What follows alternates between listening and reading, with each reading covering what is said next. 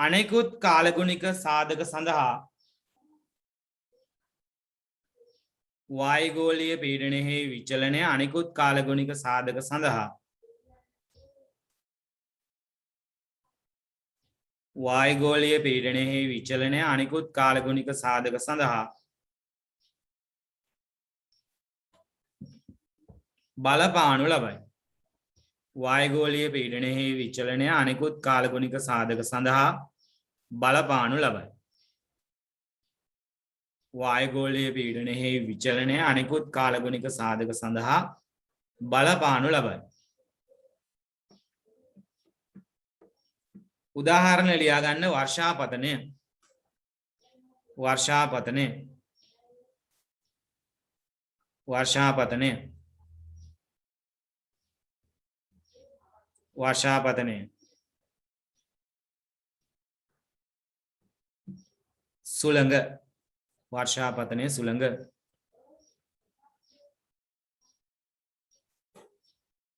වර්ෂාපතනය සුළඟ. හරි.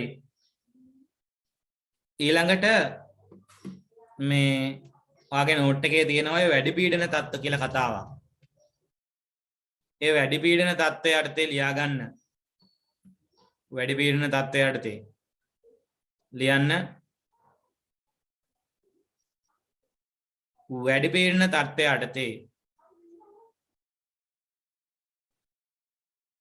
වලාකුළු වර්ධනය නොවන නිසා වැඩි පීඩන තත්ත්වය යටතේ වලාකුළු වර්ධනය නොවන නිසා වැඩි පීඩන තත්ත්වය යටතේ වලාකුළු වර්ධනය නොවන නිසා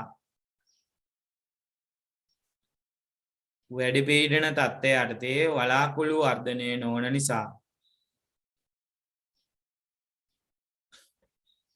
වැසි රහිත තත්ත්වයක් ඇතිවේ. වලාකුළු වර්ධනය නොවන නිසා වැසි රහිත තත්ත්වයක් ඇතිවේ. වැඩි පීඩන තත්ත්වය යටතේ වලාකුළු වර්ධනය නොවන නිසා වැසි රහිත තත්ත්වයක් ඇතිවේ.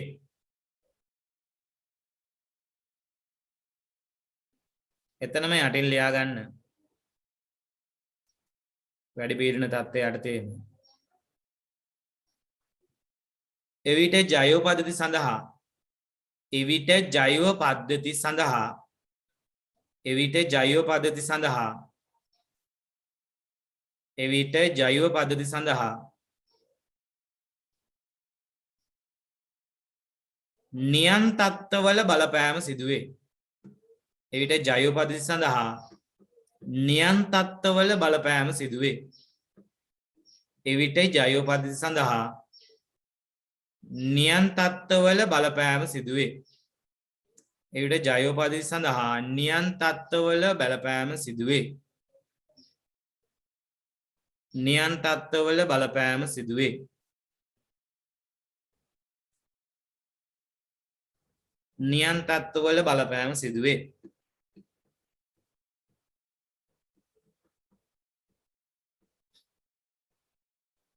හරි ඊළඟ කතාව අඩු පීඩන තත්ත්වවල කතාව ලියා ගමු. ස්ක්‍රීන් එකත් ඔයාලට පාවිච්චි කරන්න පුළුවන් ලියා ගන්න. අඩු පීඩන තත්ත්වය යටතේ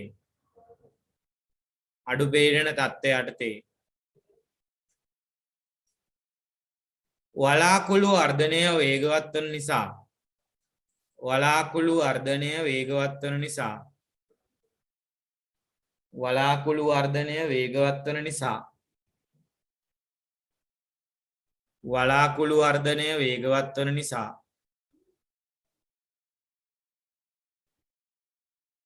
දැඩි වර්ෂාපතනයක්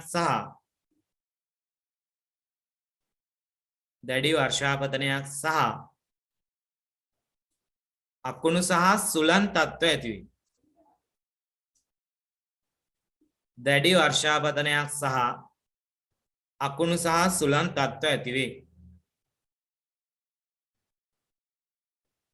දැඩි වර්ෂාපතනයක් සහ අකුණු සහ සුළං තත්ත්ව ඇතිවේ.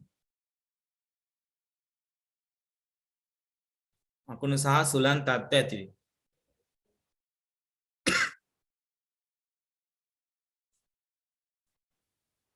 ඊළඟට ලියාගමු ඊළඟ පොයින්ට් එක.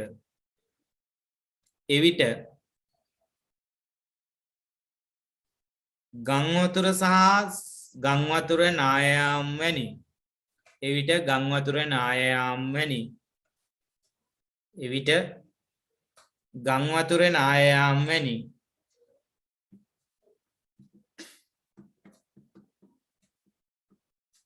ස්වභාවික විපත් ඇතිවීම සිදුවේ. ගම් වතුර නායම් වැනි ස්වභාවික විපත් ඇතිවීම සිදුවේ. ස්වභාවික විපත් ඇතිවීම සිදුවේ. ගම් වතුර නායම් වැනි ස්වභාවික විපත් ඇතිවීම සිදුවේ. හරි. දැන්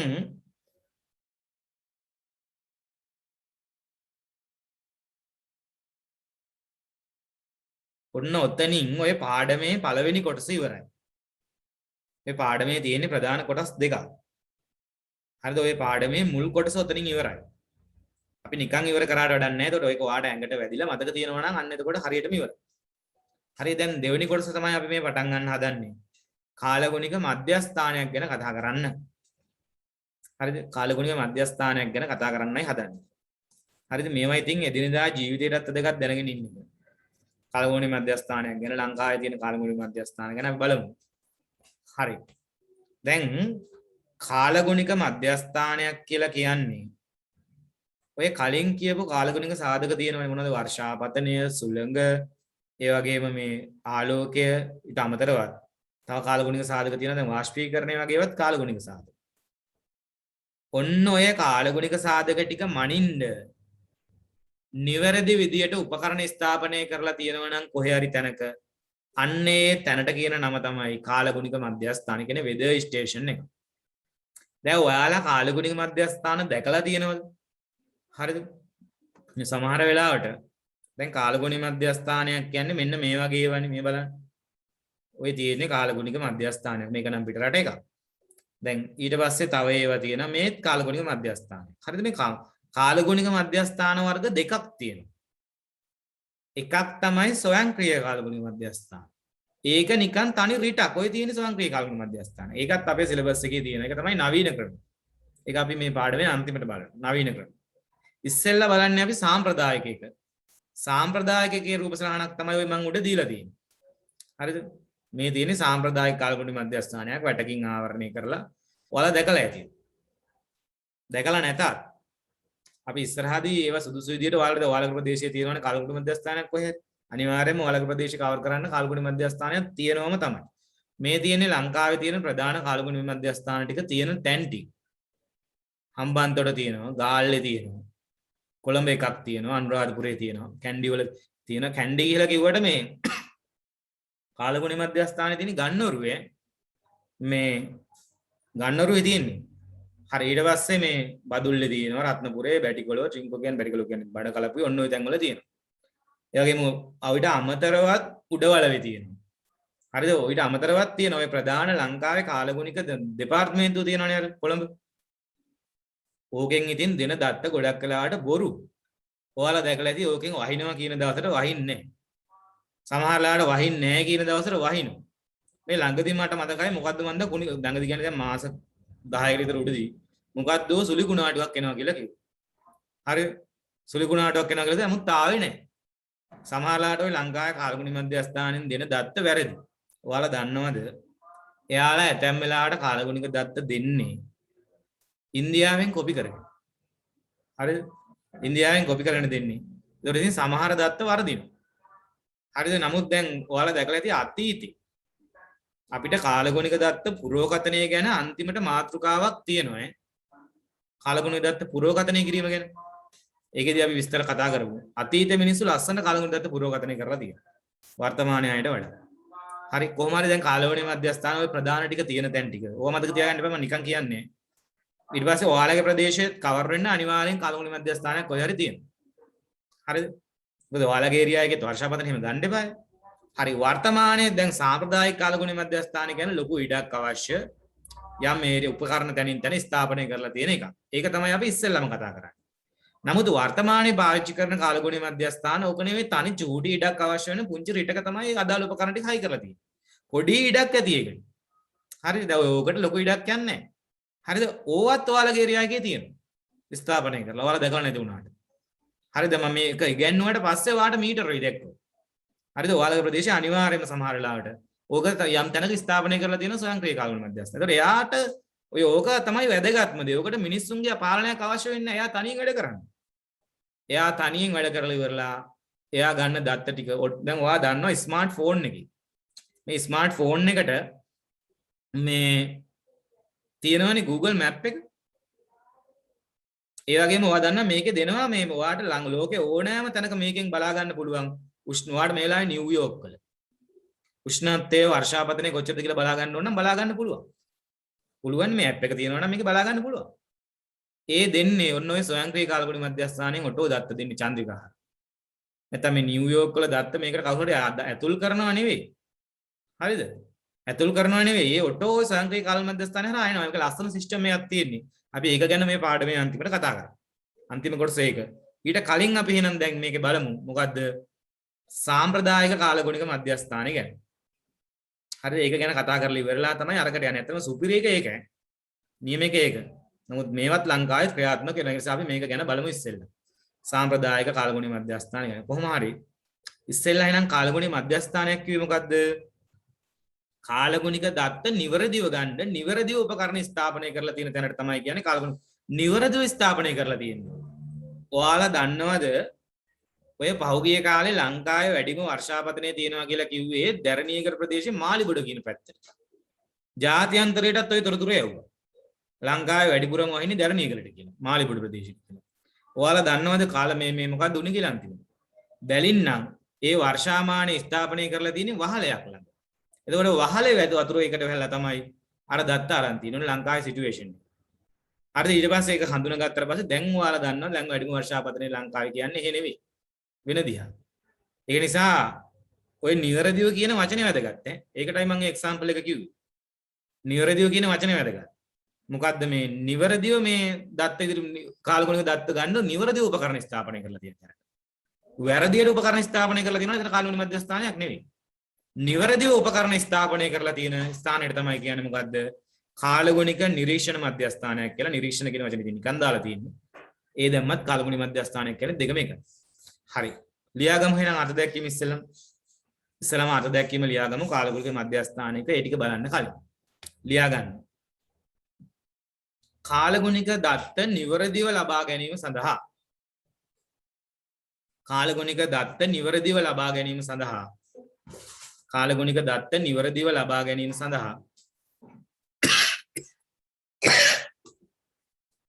කාලගුණික දත්ත නිවැරදිව ලබා ගැනීම සඳහා කාලගුණික දත්ත නිවැරදිව ලබා ගැනීම සඳහා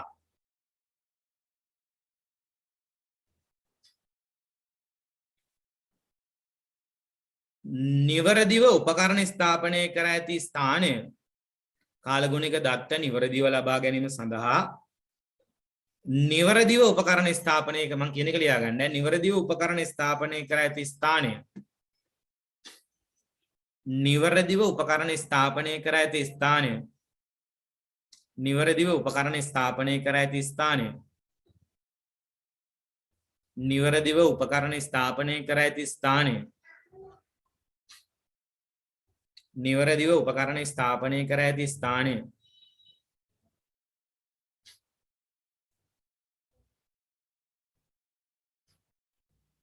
නිවැරදිව උපකරණ ස්ථාපනය කර ඇති ස්ථානය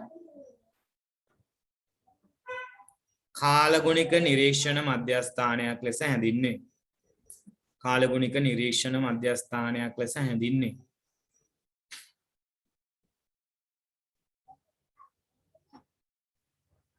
හරි මේ දැන් සිලබස් එකේ නැති වුණාට ලංකාවේ එහෙම කාලගුණික මධ්‍යස්ථාන තියෙන තැන් ටිකක් ඔයාලා දැනගන්න. බැරි වෙලා හරි සිලබස් එකේ නැති වුණාට ඒක අහන්න පුළුවන් පොයින්ට් එකක්. නුවර කියලා ලියන්න එපා ගන්නොරුයි. කොළඹක් තියෙනවා රත්නපුරෙත් තියෙනවා උඩවලවේ තියෙනවා ගාල්ලේ හම්බන්තොට ওই තැන් වල තියෙනවා. හරි මේ නිකමට දැනගන්න මොකද සිලබස් එකේ නැති වුණාට අහන්න පුළුවන්. හරි ඊළඟට දැන් අපි මේ කතා කරන්නේ සාම්ප්‍රදායික කාලගුණ මධ්‍යස්ථානය ගැන. කොහොම හරි ඉස්සෙල්ලාම අපි බලනවා. හරිද? දැන් මේ සාමාන්‍ය කාලගුණික මධ්‍යස්ථානයකට තැනක් තෝරගන්නකොට සලකන්න ඕනි කාරණා. දැන් ගෙයක් හදන්න ගියත් තැනක් තෝරගන්නකොට බලන දේවල් ටිකක් තියෙනවනේ. මොනවද බලන්නේ ලංකාවේ? ලංකාවේ නම් බලන දේවල් තමයි භූමි දෝෂ තියෙනවා. දිශාව හරිද? ඔයිට අමතරව බලන දේවල් තියෙනවා. අතන මොනවද? ඉස්කෝලේකට ළඟද? හොස්පිටල් එකකට ළඟද? ටවුන් එකකට ළඟද? රැකියා ස්ථානට ළඟද? ඒවනේ ගෙයක් හදනකොට තැනක් තෝරගන්නකොට බලන කාරණා. එහෙම නේද? ලංකාවේ නම් බලනවා අමනුෂ්‍ය දෝෂ තියෙනවද? භූමි දෝෂ තියෙනවද? මේ වෙලාව ගැලපෙනවද? ඕවා බලනවා ලංකාවේ. මේ හරි කොහොම හරි අන්න ඒ වගේ කාලගුණීය මධ්‍යස්ථානයක් තෝරගන්නවා සලකන්න ඕනි කාරණා ටිකක් තියෙනවා. ස්ථානයක් තෝරගන්න හිතන තැන්වල ඕක හදන්න බෑ ගිහින්. දැන් අපි හිතමු කාට හරි මේ ඔය නුවර ඒරියා එකේ කාලගුණීය දත්ත ගන්න හිතන තැන්වල ඕක ගිහින් අටවන්න බෑ. නුවර වැවගාව එහෙම කොහොමවත් බෑ. අපි බලමු දැන් ඇයි කියලා. හරිද? හිතන තැන්වල මේක අටවල බෑ. ඒක ඒ ප්‍රදේශයේ ගැළපෙන තැනක හදන්න ඕනේ. අන්නේ ගැළපෙන තැන තියෙන ලක්ෂණ ටික තමයි ඔක එකපාර රචනා ප්‍රශ්නයක් විදිහට විභාගයට. මට මතක විදිහට 2015 පේපර්. ඕක ගැන ප්‍රශ්න ගොඩාක් අහලා තියෙන්නේ අතීත පේපර් වල. 2015 16 එහෙම තමයි අහලා තියෙන්නේ. මෑතක අහලා නැහැ. ඒ කියන්නේ දැන් මේ යුගවල නැවත වතාවක් ඕවගෙන් අහන්න පුළුවන් ප්‍රශ්න. ප්‍රශ්න අහලා තියෙනවා. ගොඩක් රචනා ප්‍රශ්න අහලා තියෙන්නේ අඩුයි. හරිද? එතකොට දැන් ඒ ඉස්සර හැවුවා 2015 16 නැවත වතාවක් අහන්න පුළුවන්. දැන් කාලයක් ගියානේ. හරි. ඕක අහලා තියෙනවා ඔහොමම ඇහුවා ප්‍රශ්නේ 2015 පේපර්. හරි. අහන්න. කාලගුණීය නිරීක්ෂණ මධ්‍යස්ථානක ස්ථාපනය කොට සලකන්න ඕනි කාරණා බලමුද? එකක් තමයි මේ ඒ තෝරගන්න තැන ප්‍රදේශය නියෝජනය කරන්න ඕන. ඒ කියන්නේ දැන් මේ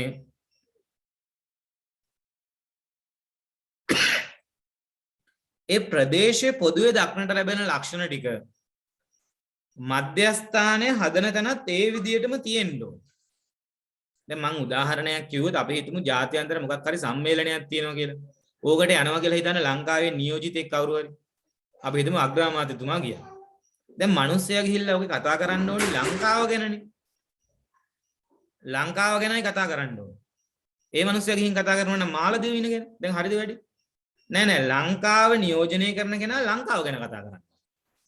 ඒ වගේ ඔය අදාළ ප්‍රදේශයේ කාලගුණීය මධ්‍යස්ථාන ස්ථාපනය කරනකොට ඒ ස්ථාපනය කරන තැන ප්‍රදේශයේ ලක්ෂණ ටික ඒ විදිහටම තියෙන්න ඕනේ කියන්නේ. ඔය දැන් ඔය තියෙන්නේ නුවර මම මේ දාලා තියෙන්නේ නුවර සිටිය. ඔයාලා හිතන්න මම මේ නිල් පාටින් දාලා තියෙන රවුමගාව කියලා කාලගුණීය මධ්‍යස්ථානය හදන්නේ. එතකොට මේ හදන තැන වර්ෂාපතනේ මේ අනිත් තැන්වල වර්ෂාපතනයට සමාන වෙන්න ඕනේ. නැත්නම් ඉතින් නුවර වර්ෂාපතනේ නෙවෙයි උතන ලැබෙන්නේ අපිට. ඔතන උෂ්ණත්වය මේ නුවරදී මේ අනිත් තැන්වල උෂ්ණත්වයට සමාන වෙන්න ඕනේ. නැත්නම් දැන් ඒකයි මම වැවගාව හදන එක ගැලපෙන්නේ නැහැ කිව්වේ. ඉතින් වැවගාව උෂ්ණත්වය අඩුයි. හරි. එතකොට මේ අනිත් තැන්වල තියෙන හුළඟ මෙතනක් තියෙන්න ඕනේ. ඇයි දැන් ඔතනින් ගන්න දත්තනේ අපි අර දෙන්නේ නිවුස් වලට එහෙම. නුවර දිස්ත්‍රික්කයේ සුළඟ මෙච්චරයි කියන්නේ. එතකොට දැන් අර නුවර දිස්ත්‍රික්කයේ සුළඟ කිව්වහම අනිත් තැන්වල තියෙන සුළඟටත් ඔතන සුළඟ සමාන වෙන්න ඕනේ. ආන් ඒකයි ප්‍රදේශය නියෝජනය කරනවා කියලා කියන්නේ. ප්‍රදේශයේ අනිත් තැන්වල තියෙන දත්ත ටික මධ්‍යස්ථානයේ තියෙන තැනත් ඒ විදිහට අපි හිතමු මධ්‍ය දැන් සමහර දිස්ත්‍රික්ක වල සමහර තැන් තියෙනවා හාත්පසින්ම වෙනස් එතෙන්ට වඩා. මට මතකයි එක දවසක් මම ওই කුරුණෑගල පැත්තේ ගියාට පස්සේ අර කුරුණෑගල අර කැලේ වගේ තියෙන තැනින් උඩට නගින්න තියෙන පොඩි කන්දක්. ඕක උඩට නැග්ගාම තනිකරම සීතල. හරිද? එතකොට මේ ප්‍රතිදාමනේ ඒ හරියට රස්නේනේ. ඒකට හාත්පසින්ම වෙනස් තැන් වල හදන්නේ සාමාන්‍ය. දැන් නුවරඑළිය හදනවා නම් නුවරඑළිය ඒ කන්ඩිෂන් ටිකට ගැලපෙන තැනක හදන්න ඕනේ. ගැලපෙන තැනක හදන්න ඕනේ. නොගැලපෙන තැනක මේක හදලා හරියන්නේ නැහැ. හරි ඒක තමයි එහෙනම් ප්‍රදේශය නියෝජනය කරනවා. කියන්නේ ප්‍රදේශයේ තියෙන ලක්ෂණ ටික මධ්‍යස්ථානයේ හදන තැන ඒ විදිහටම තියෙන සුළඟ වර්ෂාපතනය ඒක ප්‍රදේශයේ තියෙන්න ඕනේ. දැන් නුවර කාලගුණීය මධ්‍යස්ථානයේ හදන තැන කොළඹ දත්ත වලට සමාන වෙලා හරියන්නේ නැහැ. ඒතකොට නුවර ඒ ඒරියා එකට ගැලපෙන්න ඕනේ. ඒරියා එකේ දත්ත ටික නියෝජනය කරන තැනක් වෙන්න. හරි. ඔයාලට මේක තේරෙන්නේ නැති එහෙනම්. මේ දැන් අහගන්න. දැන් මේ ඕක තමයි එහෙනම් පළවෙනි කාරණා. දැන් මේ පන්ති වල ඉන්න ළමයි හැමෝම ඉස්සරහාදී එකම දේ කරන්නේ නැහැනේ. සමහර අය කැම්පස් යනවා, සමහර අය කැම්පස් යන නැතුව හොඳ ජොබ් වලට යනවා, සමහර අය එක එක පිටරට යනවා. එහෙමනේ සාමාන්‍ය පන්ති මෙච්චර කාලයක් නම් මම දැකලා තියෙන්නේ එහෙම. ඒක නිසා මේ එක එක්කෙනාගේ ලයිෆ් එක යන රටාවක් තියෙනවා. හැමෝටම එකම දේ වෙනවා කියලා එකක් නැහැ. හරිද? එතකොට අපි පන්තියක් මේ A level කරන කාලේ අපි මේකේ මේ අපි ඒ හැම එකක්ම හදාගන්නවා. ඇයි? හැමෝම එකම පාත් එක යනවා කියලා එකක් නැහැනේ. කැම්පස් උච්ච යනවා. දැන් උදාහරණයක් විදිහට එයාගේ ලයිෆ් එක ලියවිච්ච විදියක් තියෙනවා. හරිද? ඒ දේ තමයි අපි කවුරු මොනවනත් වෙන එක වෙනස් කරන්න පුළුවන් එක වෙනම කතාවක්. නමුත් දැන් හිතන්න දැන් මම ඉස්සර ප්‍රයිවට් සෙක්ටර් එකේ ගොඩක් ජොබ් කරා. මාළු රටේ ඇව්වා, මල රටේ ඇව්වා. ඊට පස්සේ මේ උගන්නන්න එන්න කලින් මහවැලිය ෆාම් මැනේජර් කෙනෙක් විදිහට හිටියා. හරිද? දැන් ඔය එක තැනකවත් මට රැඳෙන්න හිතුන්නේ. මට රැඳෙන්න හිතුන්නේ උගන්නන්න ආවට පස්සේ අන්න එතන. ඒතර ඒක තමයි මට උරුම වෙච්ච දේ. හරිද? මේ ලයිෆ් එකේ. ඒ වගේ ඔයාලගේ ලයිෆ් වලත් ඔයාලට තියෙන දේවල් ටිකක් තියෙනවා. ඒතර ඔයා ඒ ෆීල්ඩ් එකෙන් තමයි එක්ස්පර්ට් කෙනෙක් වෙන්න ඕනේ. ඒ ෆීල්ඩ් එකේ ඔයාගේ ෆීල්ඩ් එකෙන් තමයි. ඒතර ඒ අදාළ කාරණා ටික ඒ ලෙවල් වලට අපිට ඒක කින්ද මන්ද කියලා හොයන්න බෑ. ඒතර ඒ කාරණා තමයි ඔයා ඒ ලෙවල් කරන කාලේ ගොඩනගා ගන්න. ඒතර ඔයාට අදාළ ෆීල්ඩ් එකෙන් ඔයා එක්ස්පර්ට් කෙනෙක් වෙයි ඊට පස්සේ. අද අවශ්‍ය දේවල් කරනකොට. හරිද? නැත්තම් මම කිව්වොත් එහෙම දැන් මෙච්චර කාලයකට අපේ පන්තිවලට හැමෝම කැම්පස් ගියේ නැහැ. සමහර අය ඒලව කරලා බැංක් වලට ගියා, ප්‍රයිවට් සෙක්ටර් එකේ ජොබ් වලට ගියා, සමහර අය පිටරට ගියා. ඔන්න ඔය වගේ යම් යම් ශ්‍රේෂ්ඨ එරනේ යා එක්ස්පර්ට් වෙලා තියෙනවා. හරි එතකොට මේ අපි ඒ සියල්ල ફોකස් කරලා තමයි උගන්වන්නේ. කැම්පස් උත් යනවා. හරිද? කැම්පස් ගන්න පිරිසක් ඉන්නවනේ. මොකද පන්තික ඔයාලා හිතන්න දැන් මේ ඉස්සරහාදී දැන් උගන්වනකොට අපි තමයි පන්තික ළමයි 100ක් වාඩිලා ඉන්නවා කියන්නේ. ඒතර 100 දෙනාම කැම්පස් යන්නේ නැහැ නේ. ඒක වෙන වැඩක් නෙවෙයි. නමුත් පන්තියට සහභාගී වෙන සියලු ළමයි මොනවා හරි විදියකින් සක්සස් වෙනවා. ඒක තමයි අරමුණ වෙන්න ඕනේ. හරි මොනවා හරි පාද. ඒක කියන්නේ කැම්පස් යන්න හැමෝම try කරන්න ඕනි. මොනවා හරි විදියකින් සාර්ථක වෙන්න ඕනේ. හරි. මේ ඒක නිසා ඒකයි වෙන්න ඕනේ. එහෙම නැතුව මේ තමන්ට උරුම දේ තුල තමන් එක්ස්පර්ට් කෙනෙක් වෙන්න. හරි පළවෙනි කාරණේ එහෙනම් මොකක්ද? ප්‍රදේශය නියෝජනය කරන තැනක් වෙන්න ඕන. හරි. ලියාගමු එහෙනම් ඔක. ලියාගන්න අංක 1. අංක 1. ඒ කියන්නේ ස්ථානයක් තෝරනකොට අංක 1. තෝරා ගන්නා භූමිය ප්‍රදේශය නියෝජනය කළ යුතුය. තෝරා ගන්නා භූමිය ප්‍රදේශය නියෝජනය කළ යුතුය. තෝරා ගන්නා භූමිය ප්‍රදේශය නියෝජනය කළ යුතුය.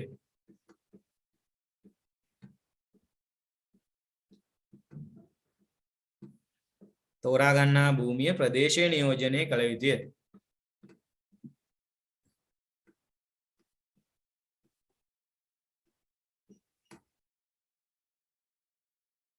හරි ඒකේ අර්ථය විස්තරය ලියාගමු. ස්ක්‍රීන් එකත් පාවිච්චි කරලා ලියන්න පුළුවන්.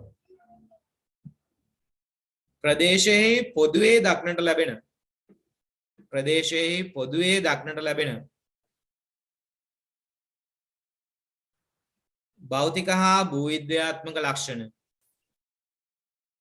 එම ස්ථානයේද තිබිය යුතුය.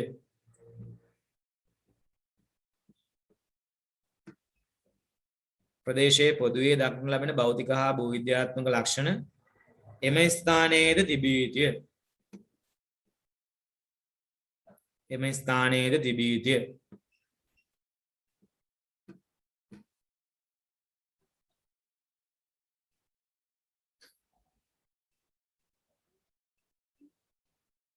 හරි.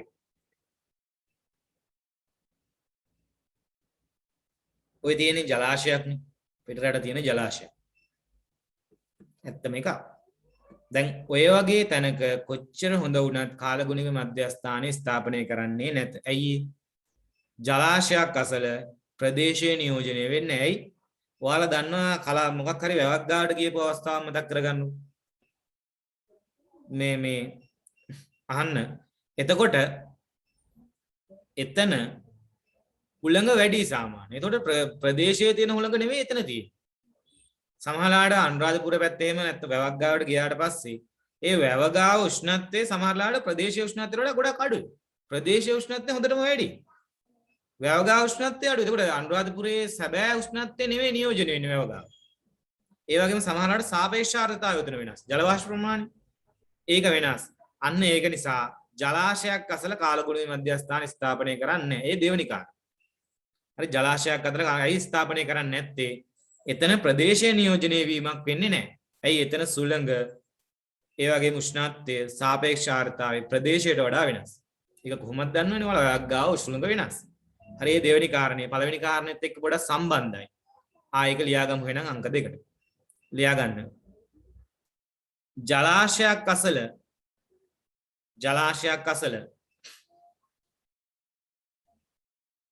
ජලාශයක් අසල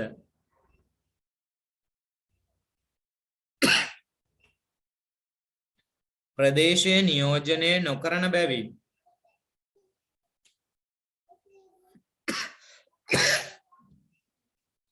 ප්‍රදේශයේ නියෝජනය නොකරන බැවින් ප්‍රදේශයේ නියෝජනය නොකරන බැවින් ප්‍රදේශයේ නියෝජනය නොකරන බැවින්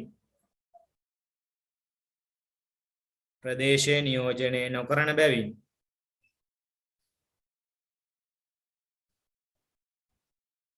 ප්‍රදේශයේ නියෝජනය නොකරන බැවින්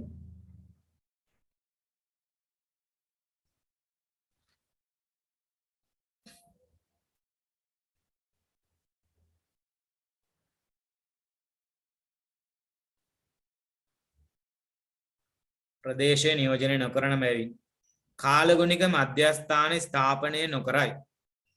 කාලගුණික මධ්‍යස්ථාන ස්ථාපනය නොකරයි.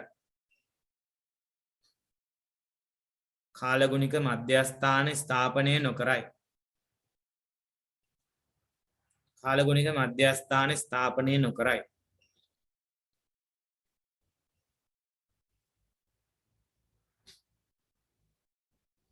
උදාහරණ ලියා ගන්න. සුළඟ උෂ්ණත්වය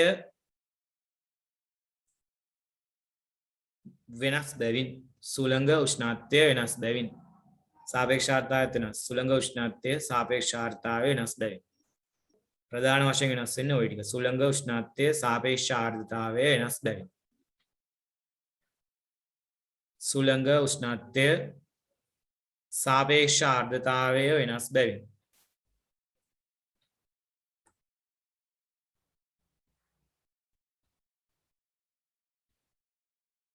හරි ඊළඟට අහන්න. දැන් මේ දවස්වල ඔයාලා දන්නවනේ ලංකාවේ කොවිඩ් හොඳටම වැඩිනේ. එතකොට ඒක ඒ බලපෑම ඕන කෙනෙකුට තියෙනවා. එතකොට මේ කාලෙත් නිකන් ගෙදරට වෙලා පිස්සු කෙලින්න එපා ඔයාලා. හරිද? පොඩක් සිහියෙන් වැඩ කරන්න ඕනේ. තමන්ට අනතුරක් තියෙනකොට ඒ වෙලාවට පොඩක් පරිස්සමින් ජීවත් වෙන්න දැනගන්න එපා. දැන් උදාහරණයක් මම කිව්වොත් එහෙම වෙන පන්තික ගියප එකක් ඔයාලට කියන්නම්. දැන් මේ බලන්න මේ ඇල්ල ඔයාලා දන්නවා ඇතිනේ මේ දවස්වල හරියට හයිලයිට් උනේ. මේ කාර්ගුණ මධ්‍යස්ථානය ගැන නෙමෙයි කියන්නේ. අහගන්න. ඔයාලා දන්නවනේ මේ කොහෙද මේ අර පහන් තුඩාවද මොකද්ද මන්ද කෙහෙම්මල. ඔතන හරිය ජනප්‍රිය වුණා පහුගිය දවස් ටිකේ. මොකක් නිසාද? ඔතෙන්ට අර කපල් එකක් ගිහිල්ලා මේ මොකද්ද මන්ද වීඩියෝ කරලා මොකද්ද මන්ද කුණුහරුප ෆිල්ම් එකක්. ඩබලක් අත්අඩංගුවට ගත්තේ ඔයාලා දකින්නේ. ඔතෙන්ට ගිහිල්ලා පැය 4ක්ද කොහෙද වීඩියෝ කරලා මේක අලෙවි කරලා කොන්නේ කොහෙද යුරෝපියන් කන්ට්‍රි එකකට ඇමරිකාවට දුන්නේ. ඒ හොඳට සල්ලි හොයන්න පුළුවන් ක්‍රම. හරිද? නමුත් ඉතින් වැරදීනේ. එතෙන්ට ගිහිල්ලා පැය 4ක් විතර කවුරුත් හිටියෙත් නැහැ කියලා වීඩියෝ අරගෙන මේ කරලා ඒ කියන්නේ මේ නාටකම් ටිකක් නටලා. දැන් ඕක ඔයාලා දකින්න ඇති සල්ලකුයි දාස්වල සමාජ මාධ්‍ය වලින් ලස්සනට හයිලයිට් කරා. ඔයාලා දකින්න ඇති. මම නම් දැක්කා. තොරතුරුත් හොයලා බලුවා. මේ ඔබ දූපෙන් පොඩ හොයන නිසා. එතකොට දැන් මේ අහන්න. දැන් ඕවා ඇයි සමාජ මාධ්‍ය වලින් හයිලයිට් කරන්නේ? ඔය කපල් එකක් ඔතෙන්ට ගිහිල්ලා මේ නිරුවතින් ඇඳුම් ගලවලා ෆොටෝ ගහල්පු එක වීඩියෝ කරපු එක ඇයි ඔච්චර හයිලයිට් කරන්නේ? හරිද? මිනිස්සු කැමති ඒවට නිසා. හරිද? මිනිස්සු ඔයාගේ දේවල් අහන්න හරි කැමති. බලන්න හරි කැමති කියලා හලහල ටීවී එක දිහා බලන් ඉන්නේ වගේ එකක් කියනවා. ගෙවල්. හරිද? ඒ නිසා මිනිස්සු දන්නවා අර මීඩියා කරන අය දන්නවා මිනිස්සු ආස මොකටද කියලා. ඒ දේ හයිලයිට් කරලා දෙනවා. හරිද? මම මේ ඔයාලට කියන්නේ මේ අනතුරු තියෙන කාලේ ඔය වගේ දේවල් පස්සේ යන්න එපා. ඒක හරියට මේ වගේ. වර්තමාන සමාජයේ ඉන්නේ අර නිලමැස්සෝ. මී මැස්සෝ නෙවෙයි. නිලමැස්සොන්ට මොනවද ගැලපෙන්නේ? අසුචි. එයාලා යන්නේ ඒකට මී මැස්සෝ කොහෙටද යන්නේ? මී පැණිවලට. හරිද? එතකොට නිලමැස්සෝ ඉන්න බව දන්න නිසා සමාජ මාධ්‍ය වලින් ඊට ගැලපෙන නිලමැස්සන්ට ගැලපෙන ආහාර දෙනවා. මීමැස්ස ගොඩාක් අඩුයි සමාජයේ. මීමැස්සෝ කැමති මීපැණි වලට. ඇයි දැන් හිතන්නකෝ සමාජ මාධ්‍යයන් ඔයාලා දන්නවද මේ ලංකාවේ ඉන්නවා සමහර ස්වාමීන් වහන්සේලා දෙවිවරුත් එක්ක සම්බන්ධකම් තියෙනවා. ඒ වගේම මේ 이르දි තියෙන. ඔයාලගේ ආසනාවට හම්බ නැතු ඔය වගේ දේවල් ප්‍රවෘත්ති වලට දුව හින ගහනවා. හරිද? ඒවනේ හරි සුන්දර ලස්සන කතා. ඕවද? නමුත් ඒ වගේ දේවල් සමාජ වලින් දෙන්නේ ඇයි? මීමැස්සෝ නැති නිසා සමාජෙ මීමැස්සට මීපැණි දෙන්නේ. හරිද? නිලමැස්සොන්ට අදාළ දේවල් තමයි දෙන්නේ. මීමැස්සොන්ට අදාළ දේවල් දෙන්නේ නැහැ. මීමැස්සෝ සමාජයේ අඩුයි. ඉන්නව නැත්තේ නෑ.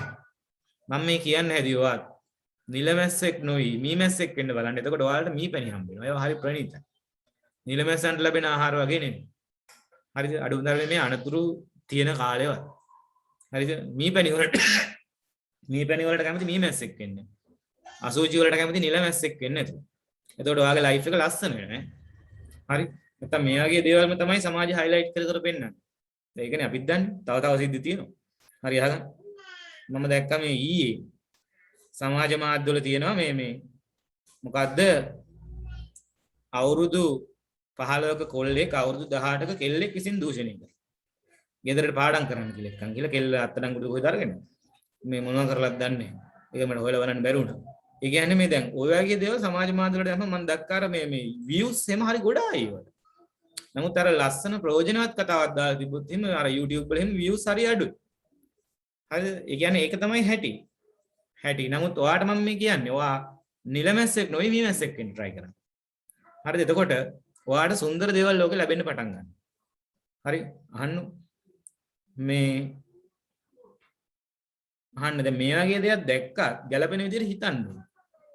හරිද? ඒක නිකන් මේ අර සාමාන්‍ය මිනිස්සු හිතන මෝඩ රටාවට හිතන්නේ නැතුව නුවණ නැති ළමයෙක් විදිහට හිතනවා නම් ඔය වගේ දේවල් වලට බැලුවට කමක් නැහැ. ඒතකොට ඒක දිහා බලන්නේ දන්න කෙනෙක් විදිහට.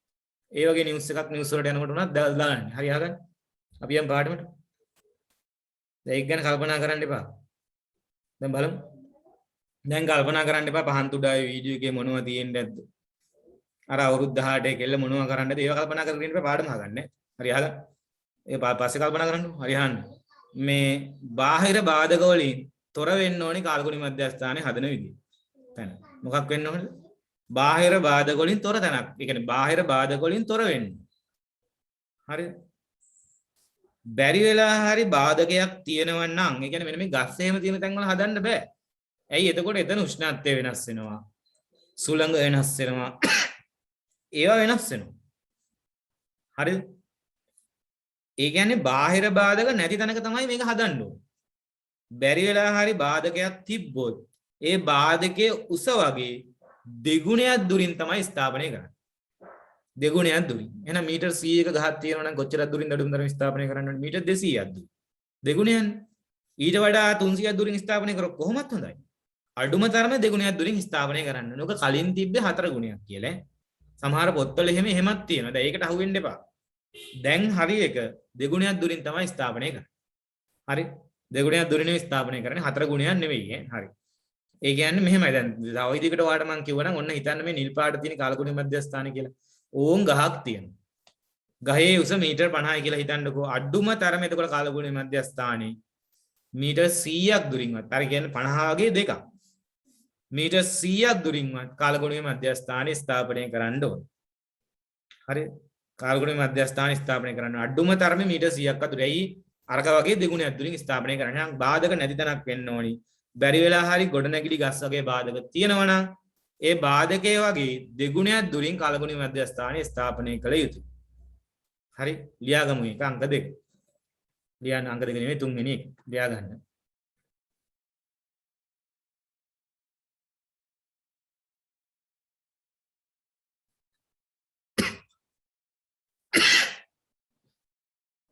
ලියන්න බාහිර බාධක නොමැති විය යුතු අතර බාහිර බාධක නොමැති විය යුතු අතර බාහිර බාධක නොමැති විය යුතු අතර බාහිර බාධක නොමැති විය යුතු අතර බාධක පවතින්නේ නම් බාධක පවතින්නේ නම්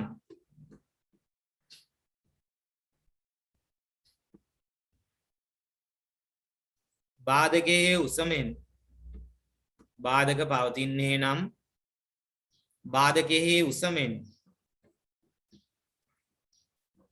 බාධක පවතින්නේ නම් බාධකයේ උසමෙන්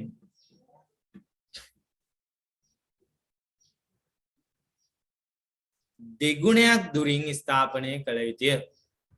බාධක පවතින්නේ නම් බාධකයේ උසමෙන් දෙගුණයක් දුරින් ස්ථාපනය කළ යුතුය.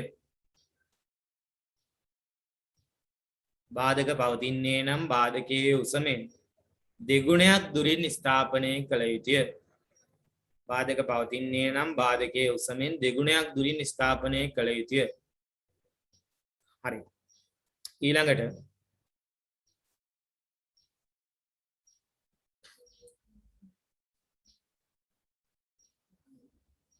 අහගන්නකෝ ලියලා ඉවරලා.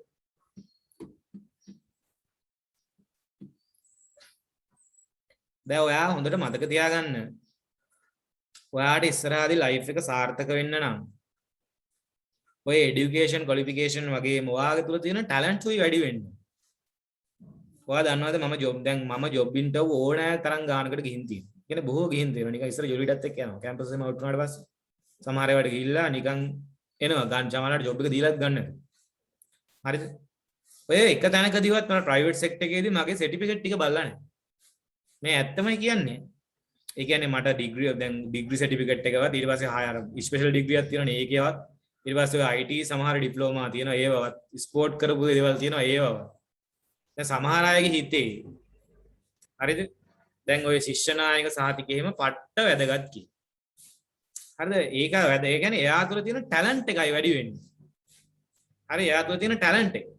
දැන් කොච්චර ස්පෝර්ට් සහතික තිබ්බත් ඒව මට ලොකු වැදගත්කමක් වෙලා නැහැ. නිකන් ඒගොල්ලන් බලලා ඉවරලා කියලා තියෙනවා ඔයා ස්පෝට් කරලා තියෙනවානේ. හරි නිකන් යම් දෙයක් වෙලා තියෙනවා. හරිද? ඔයා මේවත් කරලා තියෙනවානේ. හරිද? එහෙම නිකන් කියලා මේ ලොකුවට මේ සර්ටිෆිකේට් බලලා එයාලා බලන්නේ ප්‍රයිවට් සෙක්ටර් එකේ එහෙම වගේ ගියාට ටැලන්ට්ස් තියෙනවද කියලා එයාලා. එහෙම කිව්වට තේරෙනවද දන්නේ? හරිද? දැන් පොඩක් ටැලන්ට්ස් ඒක නිසා මේ අපි පොසිටිව් චරිතයක් වෙන්න ඕන. හරි ඒක නිසා අපි ඉගෙන ගන්න අතරතුරේ නැත්තම් දැන් ඔයා කැම්පස් ගිහිල්ලා සමහරලාට ඒ තුනක් විභාගයටත් ගන්න. කැම්පස් උත් යනවා. එළියට ඇවිල්ලා ඉන්න නිකන් මාන්දම හැදිච්ච එකක්. හරිද? ඉතින් එතකොට ඉතින් නැහැ ජොබ් එක. හරිද? නැත්තම් එතන දැන් බලන්න බිස්නස් එකක් එහෙම කරන්න ගියපු අයට ඒගොල්ලන් පට්ට පොසිටිව්. අර වටේම ටැලන්ට් හදාගෙන තියෙන්නේ. හරිද? අපි ඒ ලෙවල් කාලේ ඕවා හදාගන්න. හරි ඒවා අමුතුවෙන් කරන්න දෙයක් නැහැ. අපි ඉස්සරහදී කියන කාරණා වලින් ඔයාලට ඔටෝ ඒවා ආරෝපණය.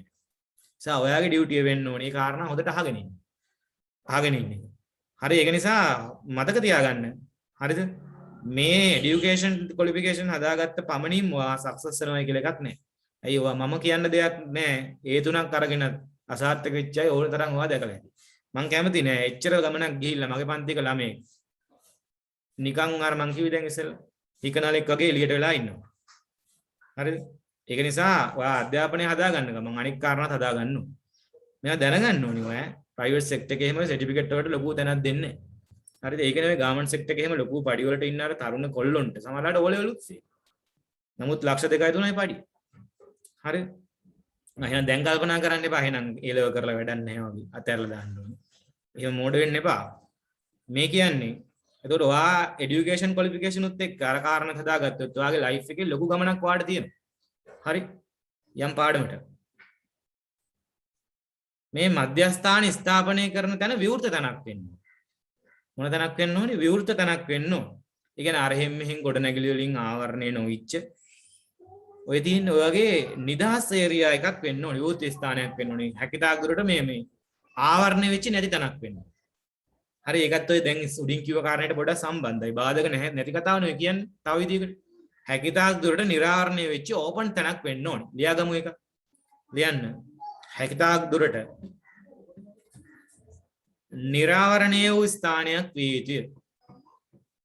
හැකිතාක් දුරට නිරාවරණය වූ ස්ථානයක් විය යුතුය. හැකිතාක් දුරට නිරාවරණය වූ ස්ථානයක් විය යුතුය.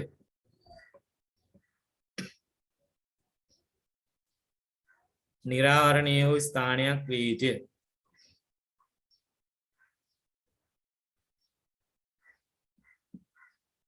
හරි. දැන් මේ අහන්න ඊළඟ කාරණේ. අහන්න තව කාරණා දෙකක් අපි එකපාර කතා කරමු. එකක් තමයි මේක අහගන්න. ජල වාහනයේ සතුටුදායක භූමියක් වෙන්න ඕන. සතුටුදායක කියන්නේ මොකක්ද? ජල වාහනය දැක්කම hina යනවා නිකන් ජොලියට වගේ. එහෙමද නෑ නෑ. එහෙම එකක් නෙමෙයි ඔය කියන්නේ. ජල වාහනයේ සතුටුදායකයි කියලා කියන්නේ ඉතින් ඔයා දන්නේ නැතුව ඉතින් ජල වාහනය කියන්නේ මොකක්ද කියලා. ජල වාහනය කියලා කියන්නේ භූමියක තියෙන වැඩිපුර ජලය ඉවත් වෙන එක. වැඩිපුර ජලය ඉවත් වුනේ නැත්නම් මොකද වෙන්නේ? එතන නිකන් මඩ වගුරක් වගේ. එහෙම තැන් තියෙන්නේ සමහර තැන්. එහෙම තැනක් වෙලා හරියන්නේ නැහැ. එතකොට නිකන් මඩ වගුර මැද්දෙන් ගිහිලා වර්ෂාපතනේ මනින්න. මඩ අර ජලය පිරලා තියෙන එකේ උඩින් ගිහිල්ලා මේ උෂ්ණත්වයමයි. එහෙම වුණොත් කාලගුණයේ දත්ත වෙනස් වෙනවා. අනික දත්ත ගන්නත් අපහසු වෙනවා. එහෙනම් ජලය හොඳට බැහැලා යන තැනක් වෙන්න ඕනේ. ඒක තමයි ওই ජල වාහනේ සතුටුදායකයි කියන කියන්නේ. ජල අනවශ්‍ය විදියට ජලය රැඳිලා තියෙන්නේ නැතුව ජලය හොඳින් බැහැස යන තැනක් වෙන්න ඕනේ. නැත්නම් නිකන් මේ මඩ වගුරක් වගේ තැනක් වෙලා හරියන්නේ. අනිත් එක තමයි මේක හැකිතාක් දුරට සමතලා භූමියක් වෙන්න ඕනේ. ඒ කියන්නේ මෙන්න මේ වගේ කඳු වල ස්ථාපනය කරන්නේ නැහැ කාලගුණී මධ්‍යස්ථාන. ඒ වගේ තැනක හැදුවත් ඒ භූමිය සමතලක් කරලා හදන්න. හරි. එහෙනම් සමතලා භූමියක් වෙන්න ඕනේ. ඊළඟ කාරණේ පැහැදිලි වෙන ජලය හොඳට බහලා යන්න ඕනේ. සමතලා භූමියක් තෝරගන්න ඕනේ හැකිතාක් දුරට. අනිත් එක තමයි පහසුවෙන් ළඟා වෙන්න පුළුවන් තැනක් වෙන්න ඕනේ. කාලගුණී මධ්‍යස්ථාන වල උඩින් කිව්ව ලක්ෂණ ටික ඔක්කොම ගැලපෙන සුපිරි පොට් එකක් තියෙනවා. හැබැයි තියෙන්නේ විල්පත්තු කැලේ ඇතුළේ. දැන් වැඩේ හරිද? දැන් එතෙන්ට උදේ හවස යන්න පුළුවන් තැනක් නෙවෙයි අලිගෙන් එහෙම පාර කන්න වෙනවා ඊට පස්සේ. ඒ කියන්නේ පහසුවෙන් යන්න දෙන්න පුළුවන් තැනක් වෙන්නේ. ඇයි දැන් කාලගුණේ මැද්දසන උදේ හවස යන්න ඕනි කාලගුණේ දත්ත ගන්න. අපි දත්ත ගන්න විදිහ තඩියකින් බලනවා පස්සේ. හරිද? එතකොට පහසුවෙන් යෑම් මේම් කළ හැකි තැනක් වෙන්න ඕනේ. හරිදරේ වාහනයකින් යන්න පුළුවන් තැනක් වෙන්න ඕනේ. එහෙම නැත්නම් බෑ වැඩේ කරන්න. එහෙනම් කොච්චර හොඳ තැනක් වුණත් වැඩක් නැහැ. යන්න දෙන්න පුළුවන් තැනක් නෙවෙයි. දැන් යන්න තියෙන්නේ ගඟකින් පැනලා මේ වැල කෙල්ලිලා එහෙම හරියන්නේ නැහැ.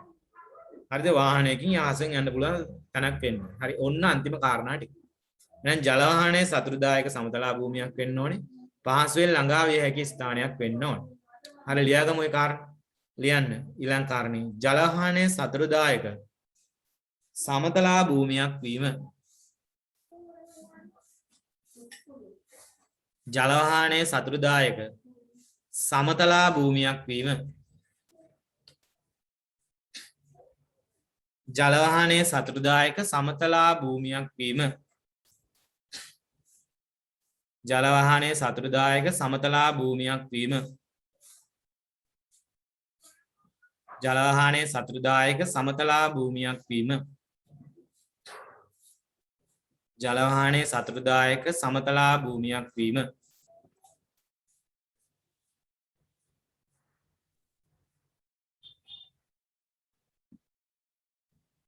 ජල වාහනයේ සතුටුදායක සමතලා භූමියක් වීම. හරි. ඒකේ අර්ථය ජල වාහනය කියන එක ඔයාලට තේරෙන්නේ නැත්නම් වරහන් ඇතුලේ ලියා ගන්න. ජල වාහනය කියලා ඉරක් දාලා කොහොම ලියා ගන්නද? ඒක නැත්නම් අමතක වෙනවනේ. ජල වාහනය කියලා ඉරක් දාලා ලියා ගන්න වරහන් ඇතුලේ.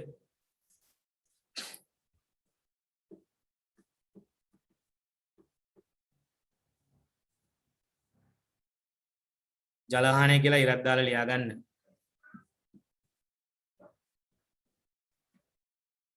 ජල වාහනය කියලා ඉරක් දාලා ලියා ගන්න. වැඩිපුර ඇති ජලය හොඳින් බැස යාම. ඒක තමයි ජල වාහනය කියන්නේ. ඔක අපි පස පාඩමේදී ටිකක් බලනවා. වැඩිපුර ඇති ජලය හොඳින් බැස යාම. වැඩිපුර ඇති ජලය හොඳින් බැස යාම.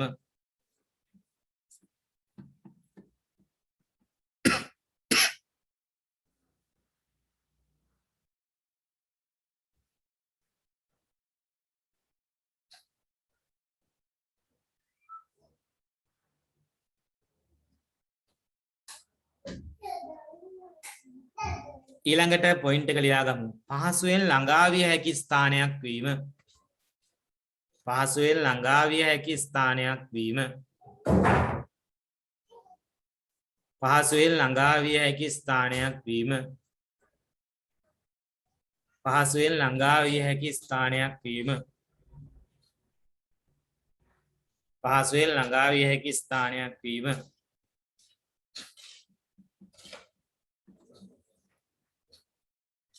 පහසුවෙන් ළඟා විය හැකි ස්ථානයක් වීම.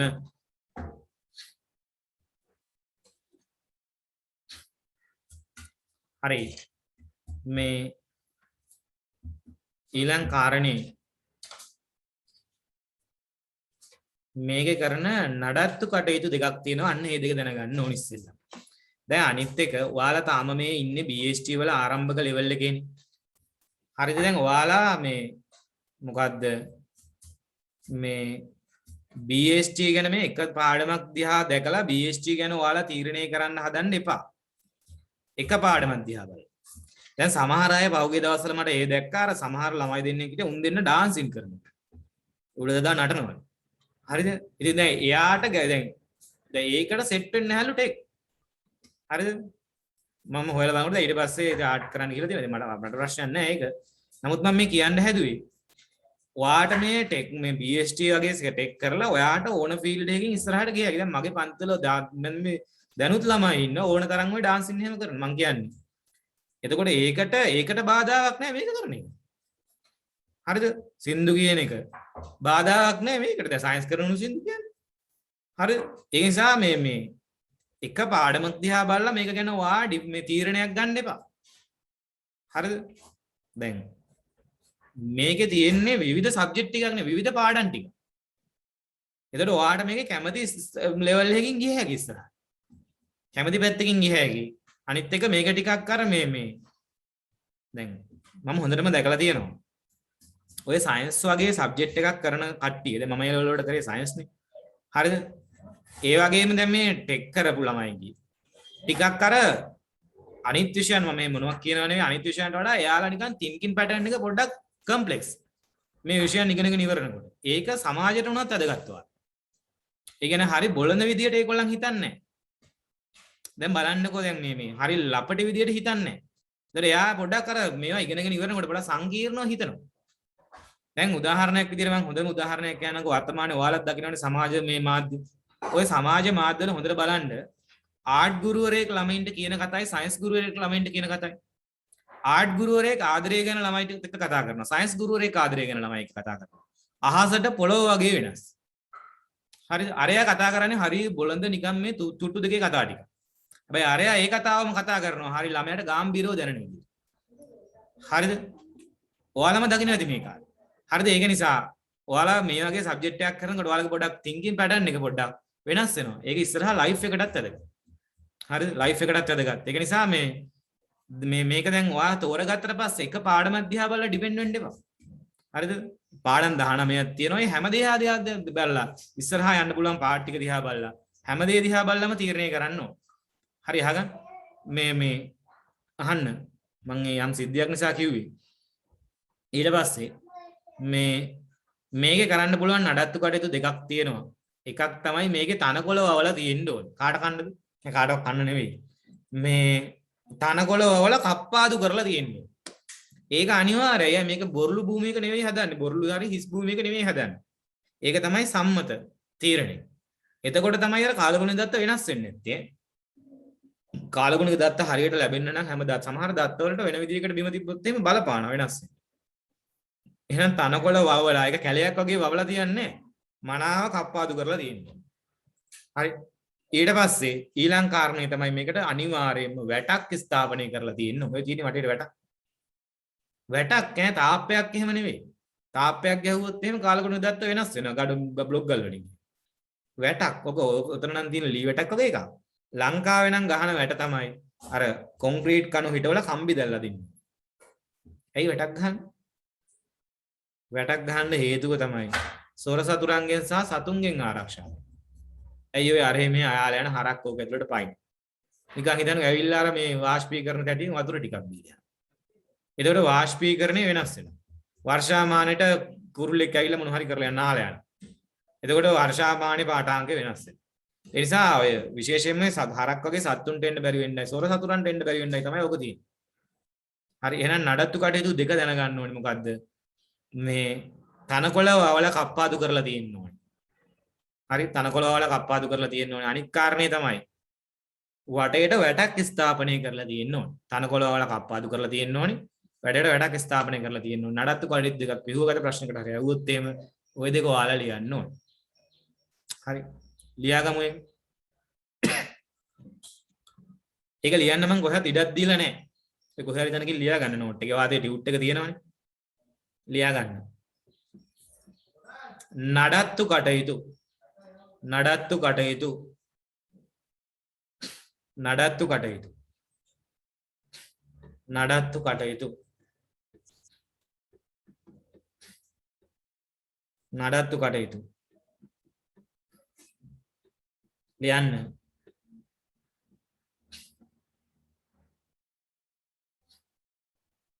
නඩත්තු කටයුතු ලියන්න. තනකොළ වවා කප්පාදු කර පැවතීම. අංක 1 තනකොළ වවා කප්පාදු කර පැවතීම. තනකොළ වවා කප්පාදු කර පැවතීම.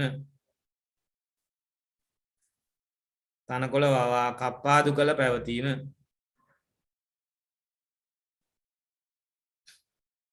තනකොළ වවා කප්පාදු කර පැවතීම.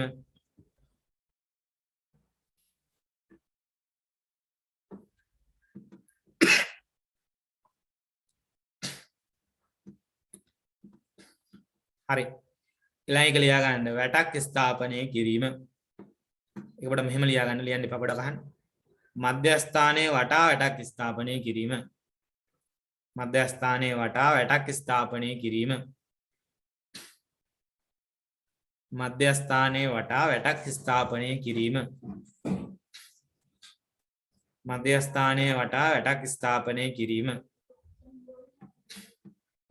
මධ්‍යස්ථානයේ වටා වැටක් ස්ථාපනය කිරීම. මධ්‍යස්ථානයේ වටා වැටක් ස්ථාපනය කිරීම.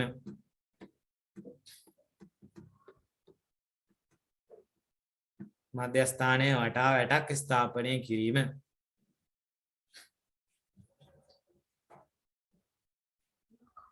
මධ්‍යස්ථානයේ වටා වැටක් ස්ථාපනය කිරීම. හරි. ඔය තියෙන්නේ වැටක් ස්ථාපනය කරලා. දැන් මේ වගේ වැටක් එහෙම ගැලපෙනවා. ඔය පිටරට එකක් ඕකයි. මේ වගේ වැටක් එහෙම ලස්සනට ගැලපෙනවා. ඒ ඉතින් උලංගට එහෙම බාධාවක් නැහැ. ආවරණය වෙලා තියෙන සත්තුන්ට එන්නත් බෑ. හොරහතුරන්ට එන්නත් බෑ. දැන් ඔයාලා කැම්පස් එහෙම ගිහිල්ලා සමහර වෙලාවට මීට ගැලපෙන උපාධියක් කරොත් එහෙම ඔයාලට ওই මධ්‍යස්ථානයේ තනිකර හැන්ඩල් කරන්න දෙනවා. දැන් මට මතකයි මං හිටපු කැම්පස් එකේ ඇතුළේම ওই මධ්‍යස්ථානයක් තියෙනවා. ඊට වඩා ටිකක් සංකීර්ණ එකක් තියෙන එක සුනාමි සංඥා පද්ධතියකුත් තිබ්බා. සුනාමි සංඥා පද්ධතියකුත් තිබ්බා. එතකොට මේ ඒකේ මේ සුනාමි සංඥා එතකොට ඒකේ තිබ්බ විස්තරය මෙහෙමයි. ඒක තනිය දැන් කාලේ දැන් එක අවුරුද්දක් තිබ්බා සමහර කාලෙට අපිට ඒක බාර දෙනවා. අපි දෙන්නෙකුට විතර. අපි තමයි එතකොට ඒක සම්පූර්ණයෙන් හැන්ඩල් කරලා රිපෝට් කරන්න ඕනේ ඒ ඒරියා එකේ දත්ත ලංකාවට. හරිද? ඔයාලටත් ඒ අවස්ථාව හම්බ වෙනවා ඉස්සරහා කැම්පස් වලට ගියොත් එහෙම. හරි අහන්න. මේ ශේෂ්ත්‍රෙත් හොඳ ජොබ් එහෙම තියෙනවා. හරි. අහන්න.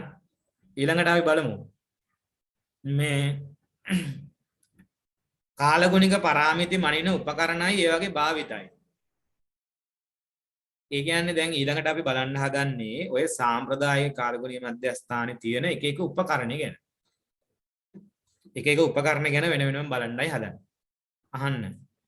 මේ අහන්නකෝ. එක එක උපකරණ ගැන. හරි. අහගන්න.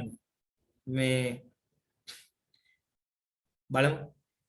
දැන් ඔයාලා ඉස්සරහදී ඉගෙනගෙන ගොඩක් ඉස්සරහට යනවනේ. කොහොමත් එහෙම වෙනවා. හරිද? මොනවා හරි සිටුේෂන් එකකින් ඔයාලා ඉස්සරහට යනවා. ඉගෙන හරිය පන්ති වල පිස්සු කරලා හිටියත් ඊට පස්සේ ඔය කියන දේක් අහගෙන ඉඳලා බිස්නස් එකකින් හරි ඔයාලා ඉස්සරහට යනවා. ඔයාලා මතක තියාගන්න ඔයාලා ඉස්සරහට ගියාට පස්සේ ඔයාලා තුල ක්වොලිටිස් නැත්තම් ඔයා කොච්චර ඉස්සරහට ගියත් වැඩක් නැහැ. හරිද? නිකන් හිතන්නකො ඉස්සරහයි දැන් උදාහරණයක් විදිහට ඔයාලා ඉස්සරහදී ගොඩාක් ඉස්සරහට ගිහිල්ලා හිතන්න ඔය කොහේ හරි 5 star හරි 7 star හරි හොටෙල් එකක යනවා කියලා නිවාඩුවක් ගත කරලා ඉන්න. එතකොට ඔයාලා යන්නේ සමහර වෙලාවට ගෙදර අම්මා තාත්තා ගෙදර දාලා නම් මට නම් ඒ ළමයින්ගෙන් වැඩක් නැහැ ඉස්සර. හරිද? අනිත් යාළුවොත් එක්කත් යන්න ඕනේ ඒක වෙනම කතාවක්. නැත්නම් කිසි ෆන් එකක් නැහැ. ඒක වෙනම කතාවක්. නමුත් සමහර අය මන් දකිනවා වර්තමාන සමාජයේ අම්මා තාත්තා ගෙදර. ඒ මිනිසුන්ට මේ අර හොඳ හොටෙල් එකකින් එහෙම කණ්ඩායම් දුන්නාම එහෙන ගහන. හරිද? එහෙම එකක් නැහැනේ. හරිද? ඒක නිසා මේ ඔයාට මේ කාලේ අම්මා තාත්තා උදව් කරනවා නම් ඔය ඉගෙන ගන්න එහෙම. ඉගෙනගෙන ඉවරුනහමත් ඔයාට පුළුවන් වෙන්න ඕනි. ඒ උදව් ඒගොල්ලන්ට ඒ විදිහටම කරන්න. වයසයි කියලා ගෙදර තියලා යනවා නම් ඔයා ළමයෙක් නෙවෙයි අතට. හරිද? දැන් ඔය මගේ පන්ති වලින් ඉස්සරහට බිහි වෙන ළමයි එහෙම නෑ. දැන් ඔය මගේ පන්තිවලින් අවුට් වුණ ළමයි ගේ ඔය බලන්න ඒගොල්ලන් කරන්නේ ඇත්තටම දැන් ඔය 21 වෙනිදා මේ මාසේ ඒගොල්ලන් අර ශ්‍රද්ධා ටීවී එකේ ධර්ම දේශනාවක් පවත්වනවා. ඔයාලත් බලන්න හතර තියෙන රේ. හරිද? මමත් ඒකට සම්බන්ධ වෙනවා. මේ කියන්නේ මේ අපි ඒගොල්ලන් එක එකතු වෙලා පවත්වනවා. මම අපි කරනවා නෙවෙයි. ඒගොල්ලන්ට අපි දායකත්වය දීලා සමහර අපේ ළමයි එහෙම ඉස්සරහට ගියා. හරිද? ඒක නිසා මේ ඔයාලත් නිකන් මේ ඔයාලා මම එපා කොහොමත් අපිත් එක්ක මේ කියන දේවල් අහගෙන ඉන්නකොට ඉස්සරහදී ඔයාලා මොනවා හරි පාත් එකකින් ඉස්සරහට යනවා. ගියාම කොලිටිව්ස්ුත් එක්ක යනවා. හරිද? සමහර අය ඉන්නවා වැඩිපුර ගැටෙන්නෙම Tamanට වැඩිපුරම උදව් කරන අය. ගෙදරනේ ඔයාලට වැඩිපුර උදව් කරන අය ඉන්නේ. නමුත් සමහර වෙලාවට වැඩිපුර ගැටෙන්නෙත් ඒගොල්ලන්. වැඩිපුරම උදව් කරන අයත් එක්ක. දැන් හිතන්නකෝ ගැලපෙනවද වැඩේ කියන්නේ? හරිද? ඒක ගැලපෙන්නේ නැහැ එච්චර වැඩේ. මේ අහන්න. මේ මට මතක් වෙන එකේ කතා නා. හරි කමන්නේ අපි යංගු පාඩමට. මේ පස්සේ කතා කරන්න බැරි. හරි. බලමු පළවෙනි කාරණේ. වර්ෂාපතනේ මයින් විදිය. හරිද? වර්ෂාපතනේ මනින්නේ. හරිද? වර්ෂාපතනේ මනින්නේ උපකරණ දෙකක් සිලබස් එකේ තියෙනවා. මොකද්ද උපකරණ දෙක? සරල වර්ෂාමානයයි ස්වයංක්‍රීය වර්ෂාමානයයි. මේ සාම්ප්‍රදායික කාලගුණීය මධ්‍යස්ථානයේ අපි අර පස්සේ කතා කරන අර හොඳ එකේ නෙවෙයි මේ කියන්නේ. සාම්ප්‍රදායික කාලගුණීය මධ්‍යස්ථානයේ තියෙන උපකරණ දෙක. සරල වර්ෂාමානයට තව නමක් තියෙනවා සටහන් නොවන වර්ෂාමානය කියලා. ඒතර ස්වයංක්‍රීය වර්ෂාමානය තියෙනවා. ඒකට අපි කියනවා සටහන් වෙන වර්ෂාමානය කියලා. හරිද? ස්වයංක්‍රීය වර්ෂාමානය ගැන බලන්න කලින් අපි බලමු මේ සරල වර්ෂාමානයෙන් කොහොමද කාලගුණික දත්ත මනින්නේ කියලා. මේක ප්‍රැක්ටිකල් වලටත් අදාළයි ඈ.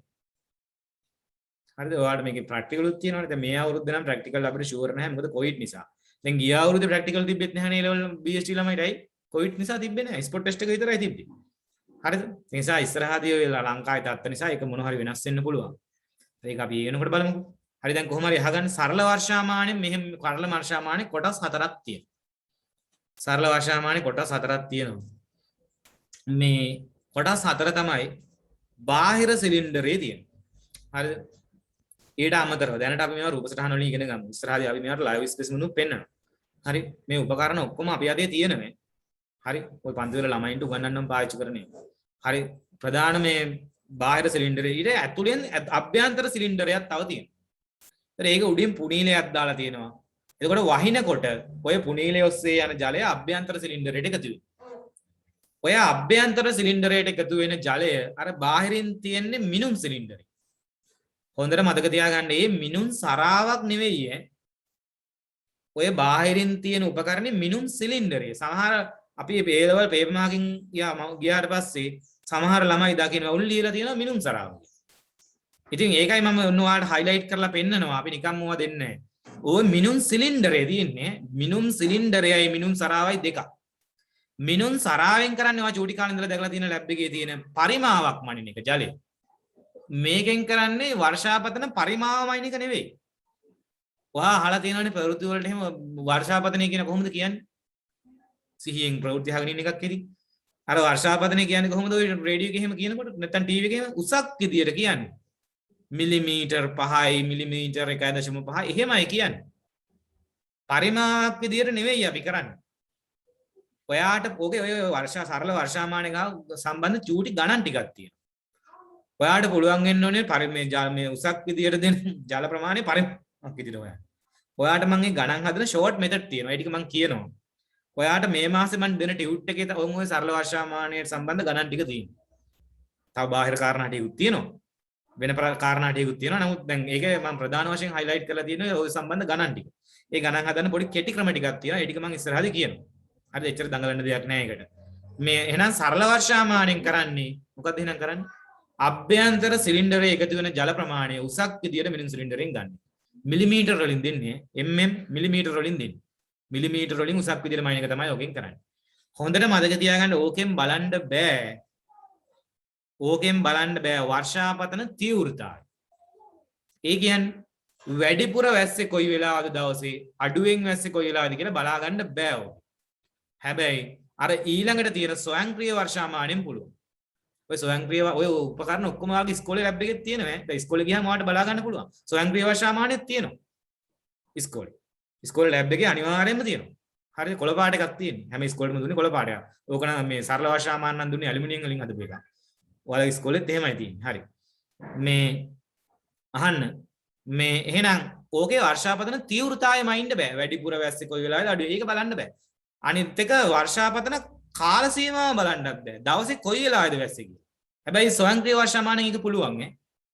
එහෙනම් ඕකෙන් බලා ගන්න පුළුවන් එකම පාඨාංකේ දවසේ මුළු වර්ෂාපතනේ බලා ගන්න පුළුවන්. එදා දවසේ පැය 24 ඇතුළත මුළු වර්ෂාපතනේ බලන්න පුළුවන්. වැඩිපුර වැස්සේ කොයි වෙලාවෙද? බහුවර්ණ වලට එහෙම අතිශයින් වැදගත් ඈ. වැඩිපුර වැස්සේ කොයි වෙලාවෙද අඩුවෙන් වැස්සේ කොයි වෙලාවෙද කියලා ඒව බලන්න බෑ. වැස්සේ කොයි වෙලාවෙද දවසේ කියලා අපි දන්නේ උදේද වැස්සේ දවල්ද වැස්සේ ඒක දන්නෙත් නැහැ. ඇයි අපි ඔකට යන වෙලාවක් තියෙන කාලෝනි මධ්‍යස්ථානට කියලා ඔක දිහා බලන් ඉන්නේ යන වෙලාවක් තියෙනවා. ඒ යන වෙලාවට දවසේ ඕක එකතු වෙලා තිබ්බ ජල පරිමාණ කරගෙන දවසේ මුළු ජල පරිමාව ගත්ත හැකි එච්චරයි පුළුවන්. එන මොකක් ගන්න බෑ. හැබැයි අරකින් ඊට වඩා විශේෂ ටිකක් පුළුවන්. හරි. ඊට පස්සේ මේ සරල වර්ෂාමානයේ කාලෝනි මධ්‍යස්ථාන ස්ථාපනය කරන විදියක් තියෙනවා. ඒක අපි වෙනම කතා කරන උපකරණ ස්ථාපනය කරන විදිය. ඒක වෙන මාතෘකාවක් කරලා වගේ ටියුට් එකේ තියෙනවා. හරි. එහෙනම් සරල වර්ෂාමානය ගැන ඔන්න ඔය කාරණා ටික දැනගන්න ඕනේ. ප්‍රධාන කොටස් 4යි කියලා. හරි. මේ වර්ෂාපතනයේ යටතේ ලියාගමු. මේ ඉස්සෙල්ලාම උතන උඩ තියෙන හිස්තැනේ ලියා ගන්න රෝමි ලක්කම් හරි 1 2 දාලා. උපකරණ දෙක ලියා ගන්න. සටහන් නොවන වර්ෂාමානයේ ඊළඟට ලියා ගන්න සටහන් වන වර්ෂාමානයේ. වර්ෂාපතනයේ යටතේ උපකරණ දෙක ලියා ගන්න රෝමි ලක්කම් හරි මොනවා හරි දාලා. සටහන් නොවන වර්ෂාමානය. ඒකට තමයි සරල වර්ෂාමානය කියන්නේ. ඊළඟට සටහන් වන වර්ෂාමානය. ඒකට තමයි ස්වයංක්‍රීය වර්ෂාමානය කියලා කියන්නේ. ස්වයංක්‍රීය වර්ෂාමානය කියලා කියන්නේ.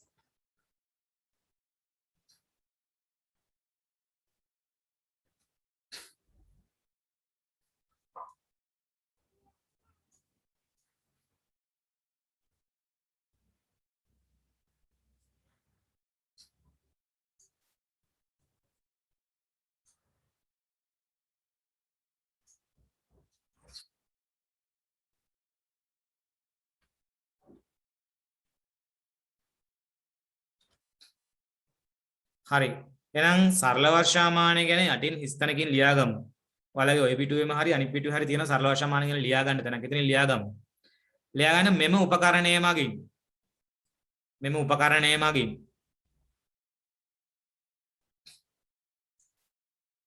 දවසෙහි මුළු වර්ෂාපතනය මෙම උපකරණය මගින් දවසෙහි මුළු වර්ෂාපතනය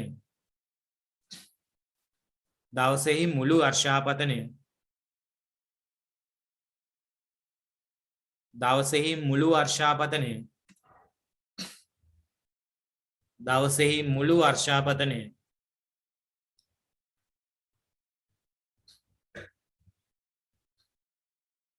උසක් ලෙස දවසෙහි මුළු වර්ෂාපතනය උසක් ලෙස දවසෙහි මුළු වර්ෂාපතනය උසක් ලෙස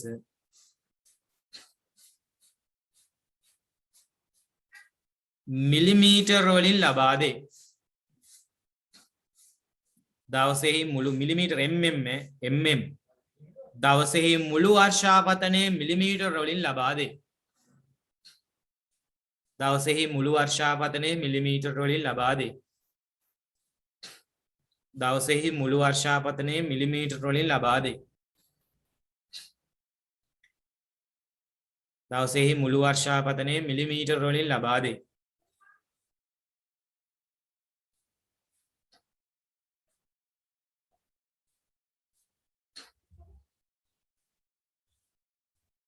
හරි. ඊළඟට සරල වර්ෂාමානය වාගේ ටියුට් එකේ නම් කරලා තියෙනවා. එතකොට ඒක අවශ්‍ය නැහැ. ඒකේ අදාළ කාරණා ටික කියලා තියෙනවා. ඔතන තව කාරණයක් මතක තියාගන්න මේ ප්‍රධාන කාරණා එතකොට ඒක. දැන් ඔය ඕකේ අභ්‍යන්තර සිලින්ඩරේ දැන් ඔයාට එකපාරක් ඕකේ ප්‍රැක්ටිකල් එකක් දුන්නා ළමයින්ට. ප්‍රැක්ටිකල් එකේ කොටසක්. විනාඩි 30ක් නේ ඔයාලා ප්‍රැක්ටිකල් එකක් කරොත් එහෙම විනාඩි 30 ප්‍රැක්ටිකල් දෙකක් තමයි විභාගයට කරන්න දෙන්නේ. හරිද? මේ ඒවා අපි බලමුකෝ. මම ප්‍රැක්ටිකල් බෝඩ් එකේ ඉන්නවනේ. හරි හදන්න. මේ දැන් ඕකේ එකපාරක් දුන්නා වැස්සයි කියලා හිතලා අභ්‍යන්තර සිලින්ඩරේ ජලය ටිකක් පුරවලා තිබ්බා. ඔයාගෙන් අහලා තිබ්බා වර්ෂාපතනේ කොච්චරද මොකද්ද කරන්න ඕනේ? ඔය අභ්‍යන්තර සිලින්ඩරේ තියෙන වතුර ටික හලන්න ඕනේ අර මිනුම් සිලින්ඩරේට. ඒකේ තියෙන පාටාංග කීයද කියලා පේනවා. කියවලා දාන්න තියෙන්නේ. වැදගත් දෙයක් තියෙනවා. සමහර ඒවා උක හලන්නේ බාගෙට. අභ්‍යන්තර සිලින්ඩරේ තියෙන වතුර ටික. ඒකේ අන්තිම බිඳුවත් අරගෙන හලන්න ඕනේ. අන්තිම බිඳුවක මේ කොල්ලොන්ට එහෙම නම් හොඳට පුරුදුයි. මේ අන්තිම බිඳුවත් අරගෙන හලන්න ඕනේ. මිනුම් සිලින්ඩරේට. එහෙම තමයි ගන්න ඕනේ. නැත්තම් සමහර වෙලාවට කලබලයට අර ප්‍රැක්ටිකල් එක කරන වෙලාවට සමහර වෙලාවට ඔක්කොම ටික දාන්නේ. හරි? ඔක්කොම ටික දාන්නේ. ඔක්කොම ටික දාන්න ඕනේ මිනුම් සිලින්ඩරේ. දාලා තමයි පාඨාංකය මනින්න ඕනේ. එහෙම දාලායි පාඨාංකය මනින්න ඕනේ. හරි. ඒක පරිහරණය කොට සැලකෙන්න ඕනේ කාරණයක්. හරි අහන්න. සරවාශාමානේ කතාව ඔච්චරයි. කොටස් හතරවා දැනගන්න ඕනේ මොනවද? පොඩක් ඒකේ මේ දැන් රූප සටහන උතන දීලා තියෙනවනේ. නමුත් ඒ රූප සටහනට මෙහා පැත්තේ ඉඩ තියෙන තැනක වා ප්‍රධාන කොටස් හතරක කියලා ලියාගෙන පල්ලෙහාට 1 2 3 4 දාලා ටික ලියාගමු.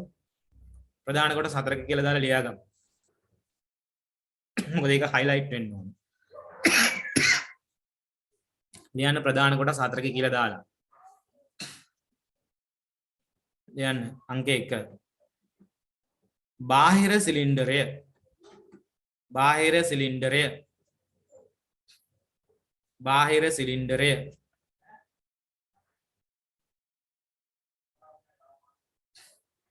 බාහිර සිලින්ඩරය. ඊළඟ එක ලියා ගන්න අභ්‍යන්තර සිලින්ඩරය. බාහිර සිලින්ඩරය ඊළඟ එක ලියා ගන්න අභ්‍යන්තර සිලින්ඩරය. බාහිර සිලින්ඩරය අභ්‍යන්තර සිලින්ඩරය.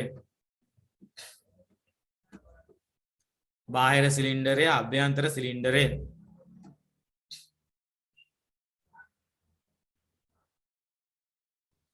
අභ්‍යන්තර සිලින්ඩරය.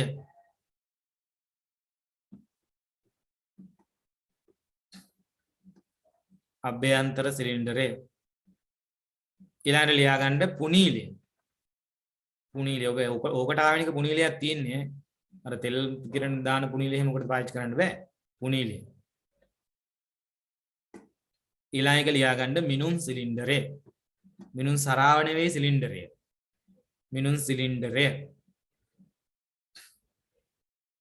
මිනුම් සිලින්ඩරය. මිනුම් සිලින්ඩරය.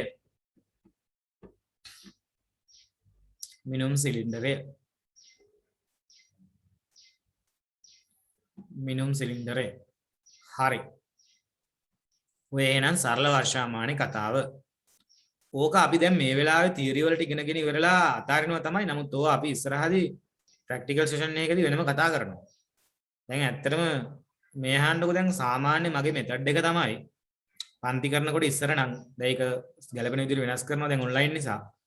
ඉස්සර නම් සාමාන්‍යයෙන් උගන්වන්නේ යනකොටත් මේ සාමාන්‍ය විටින් විටිය ප්‍රැක්ටිකල් ටික කරලා සාමාන්‍යයෙන් ඔයාලට එක්සෑම් එක තිබිලා මාස 2ක් විතර ගිහින් තමයි ප්‍රැක්ටිකල් එක කරන්නේ. එතකොට අර ළමයාට ප්‍රැක්ටිකල් එක අමතක වෙනවා. දැන් මම ගොඩාක් කරන වැඩේ තමයි විභාගයට ළමයි සූදානම් කරනකොට අර එක්සෑම් එකේ තියරි එකට ළමයා සූදානම් කරලා අර කාලය ඇතුළත ළමයා ප්‍රැක්ටිකල් එක හොඳටම රෙඩි කරනවා. මම හොඳට දැකලා තියෙනවා ළමයාට මේ මාස දෙකේ කරන ප්‍රැක්ටිකල් එක හොඳට මතක හිටිනවා. සුපිරියට ගිහින් ප්‍රැක්ටිකල් එක කරනවා. හරිද? නිකන් මුලින් ඉඳලාම කරගෙන යනවට වඩා තියර මේ දැන් ඔයා වැඩිපුර ફોකස් වෙන්න ඕනේ තියරි එකට ලකුණු ගන්න. ඒ සමහරලාට ප්‍රැක්ටිකල් එක නැතිත් වෙනවනේ දැන් ඔය ගිය අවුරුද්දේ නැතුව. හරිද? එතකොට මේ ප්‍රැක්ටිකල් එකෙන් කරන්න ඒකට ප්‍රශ්නයක් නෑ. මොකද ඒක අපිත් එක ඉන්න නිසා. ඒක ගැලපෙන විදිහට හදා. ඔයාලා ඒක ගැන හිතන්න මෙපා. හරිද? ඒකට අදාළ කාරණා ටික හරි සිම්පල්. මොකද ඒක දීලා තියෙන්නේ ඔයාලට ලකුණු ගන්න පහසු වෙන්න. ඒ කාරණා ටික අපි ගැලපෙන විදිහට ඔයා ලංකාවේ කොහේ හිටියත් කරලා දෙනවා. ලංකාවේ කොහේ හිටියත් කරලා දෙනවා. ඒක හැමම තමයි ඉතින් කරලා දෙනවා. මේ වෙලාවේ ඔයා වැඩි ફોකස් එක දෙන්න ඕනි.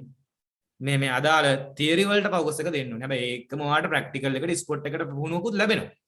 හරි. ඔය තියෙන්නේ ඉතින් ඔය සරල වර්ෂාමානයක් වෙන විදිහක විනිවිද පේන එක. ඒකේ ටිකක් වෙනස්. මොකද්ද වෙනස? ඒකේ මිනුම් සිලින්ඩරේටමයි කෙලින්ම වතුර වැටෙන්න දාලා තියෙන්නේ. එතකොට එයාට මේ කෙලින්ම ගිහින් පාඨාංගය කියවගෙන ඉන්න තමයි ඉතින් එහෙම ඩිසයින් කරා කියලා ඉතින් ප්‍රශ්නයක් නැහැ.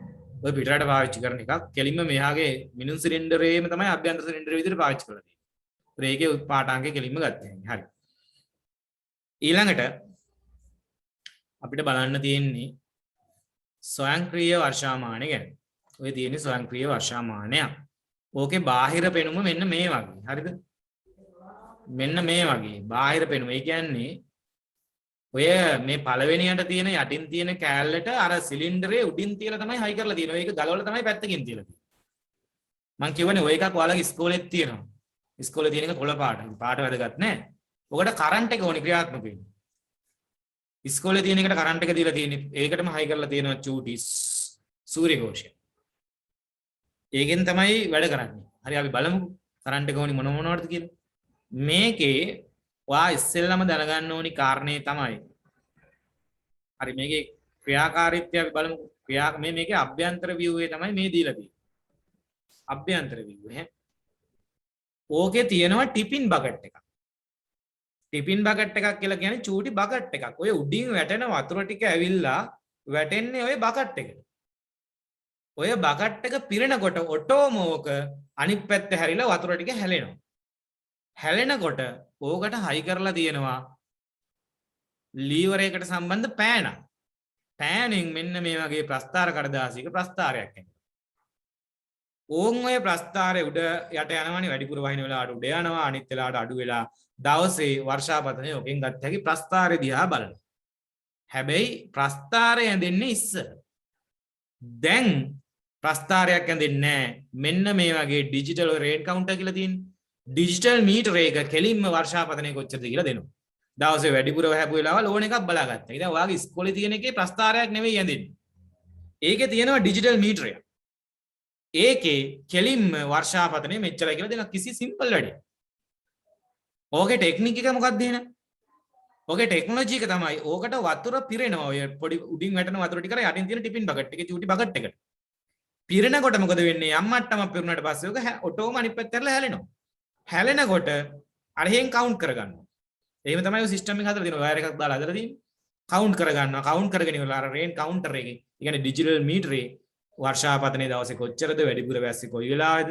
කොයි කාල සීමාවද වැස්සේ අඩුවෙන් වැස්සේ කොයි වෙලාවද? ඔක්කොම එකක් ඔකෙන් බලාගත්තා. හරිද? ඔය රේන් කවුන්ටර් එහෙම ඉතින් දත්ත දෙන්න තමයි කරන්ට් එක ඕනේ. හරිද? ඒකට ලංකාවේ ගොඩක් පාවිච්චි වෙන යකි චූටි සූර්ය කෝෂයක් තමයි හයි කරලා තියෙන්නේ.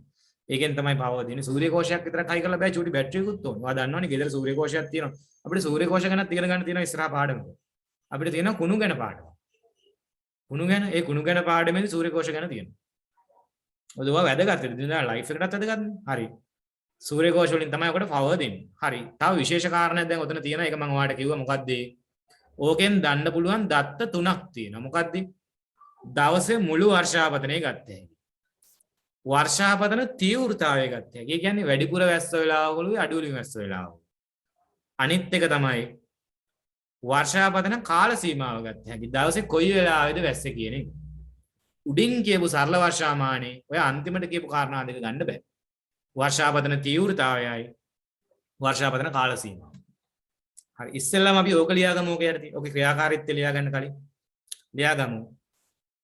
ස්වයංක්‍රීය වර්ෂාමානයෙන් ලබා දෙන දත්ත. ස්වයංක්‍රීය වර්ෂාමානයෙන් ලබා දෙන දත්ත. ස්වයංක්‍රීය වර්ෂාමානයෙන් ලබා දෙන දත්ත. ස්වයංක්‍රීය වර්ෂාමානයෙන් ලබා දෙන දත්ත.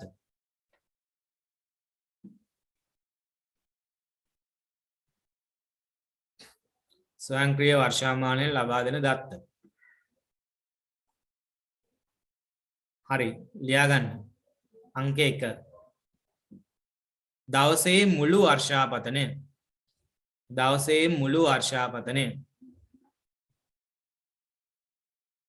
දවසේහි මුළු වර්ෂාපතනය.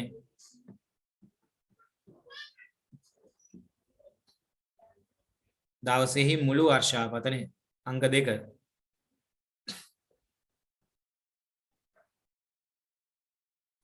අංක 2 ලියන්න. වර්ෂාපතන තීව්‍රතාවය. වර්ෂාපතන තීව්‍රතාවය. වර්ෂාපතන තීව්‍රතාවය. වර්ෂාපතන තීව්‍රතාවය.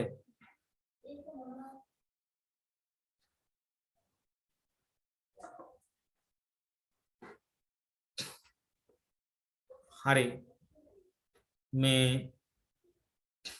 ඊළඟට ලියන්න මේ ලියන්න වර්ෂාපතන කාල සීමාව වර්ෂාපතන කාල සීමාව වර්ෂාපතන කාල සීමාව වර්ෂාපතන කාල සීමාව වර්ෂාපතන කාල සීමාව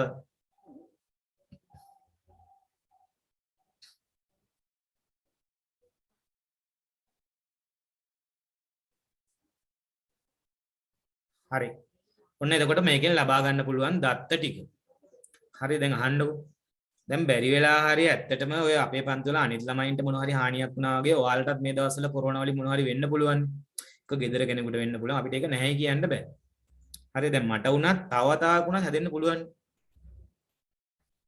එතකොට මේ එහෙම මොනවා හරි තියෙනවා වුණොත් ප්‍රශ්නයක් ඔයාලා මේ හායි හුයි බුදුම්මෝග ගා ඇඳට වෙලා ඉන්න එපා හරිද සාමාන්‍ය මිනිස්සුන්ගේ සිස්ටම් එක ඒකනේ කොයි වෙලාවෙ මැරෙයිද දන්නෙත් නැහැ ඔයාලා දන්නවද එහෙම හිතන්න එපා ළමයි එකපාර මම අහන්නේ මම කියන එක එකපාරක් ළමයි ලියුකේමියාව ලෙඩක් හැදිච්ච රෝගියෙක් හිටියා ඒ කියන්නේ අර ලේපිලිකාවක් නේ ඒතර ඔයාලා දන්නවා ලේපිලිකාව මේ සිරාසිත ඇත්තම කතාවක් එතකොට ලේපිලිකාව හැදුනට පස්සේ ලේ මාරු කරොත් එහෙම එයාට හොඳ වෙනවනේ ඒ ලේ ටික අයින් කරලා වෙන ලේ ටිකක් දාන්න හැබැයි ඒක අමාරුයි ඒතර ඒක කරන්නේ සාමාන්‍යයෙන් අර වතුර භාජනයක ගිල්ලලා එකපාරක් එක රෝගියෙක් වතුර භාජනයක ගිල්ලලා එයාගේ ළමයි එයාගේ අර ලේ අයින් කරනවා වගේ අර කලරින් එකක් දැම්මා අර වෝටර් බාත් එකට.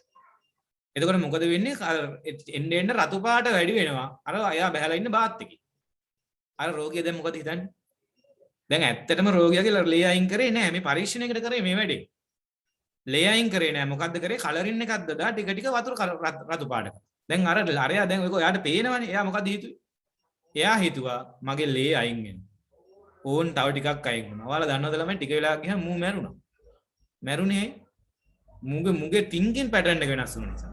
මේ ඇත්තටම වෙච්ච වැඩක්. මූ හිතුවා ලේ ටික ටික අයින් වෙනකොට දැන් ඉවරයි. දැන් ඉවරයි කිය හිතේ. ඒ නිසා හිතන විදිය බලපානවා ලයිෆ් එකට. ඒක නිසා ඔයාලා මේ මොන හරි ප්‍රශ්නයක් වුණොත් අසරණ මොන හරි ප්‍රශ්නයක් වුණොත් අසරණ වෙච්ච වගේ ඉන්න එපා. බුදුහාමුදුරුවෝගේ කෑගහ හිටිය කියලා වැඩකුත් නැහැනේ. හරිද? රාජ්‍යයට බලපන් හිටිය කියලා වැඩකුත් නැහැ. ඔයා කරන්න ඕනේ අර මම නම් කියන්නේ අර ලංකාවේ උතුම් සෑයවල් තියෙනවා රුවන්වැලි සෑයවල්. ශ්‍රීමා බෝධිය තියෙනවා. ජීවිතේ පූජා කරන්න හැම වෙලාවෙම මේවට. ඊළඟට මේ ළඟදී අර අඟුලිමාල සෑය හැදුවා හලාව. ඔයාලා දන්නවද ළමයි? දන්නේ නැද්ද? දන්නේ නැති මං කියනවා මම දන්න නිසා. අර සක්‍රදීයෝ ගාව තිබ්බ අඟුලිමාල මහරහතන් වහන්සේගේ ධාතු තිබ්බ සක්‍රදීයෝ ගාව. ඒව අරන් ඇවිල්ලා තමයි ධාතු තැන්පත් කරේ ඔය හලාවත බෝවත් මේ සෑය. මේ ළඟදී සෑය හැදුවා අපිත් ගියා. මගේ පන්සල දරුවොත් ගියා ඒක හදන්න. ගිහලා මහන්සිලා අපිත් වැඩ කරා. මේ වැඩ කරලා මේ හැදුවා. ඉතින් ඒ දරුවන්ටත් ඒ අත්දැකීම හම්බුණා. ඉතින් ඒවට ජීවිතේ පූජා කරන්න මොන හරි වුණොත් නිකන් මේ මොකෝවත් අසරණ මිනිස්සු වගේ ඉන්න එපා මොන හරි ප්‍රශ්නයක් වුණොත්. මොකෝවත් නැති අය වගේ. ඒවට ජීවිතේ පූජා කරොත් අවංකවම මම නම් ප්‍රැක්ටිකලි අත්දැකීමෙන් දන්නවා. තව අත්දැකීම් මිනිස්සුන්ගේ දැකලා තියෙනවා. ඒ ප්‍රශ්න කොහොමවත් විසඳෙනවා. කර්ම විපාකයක් නැත්නම්.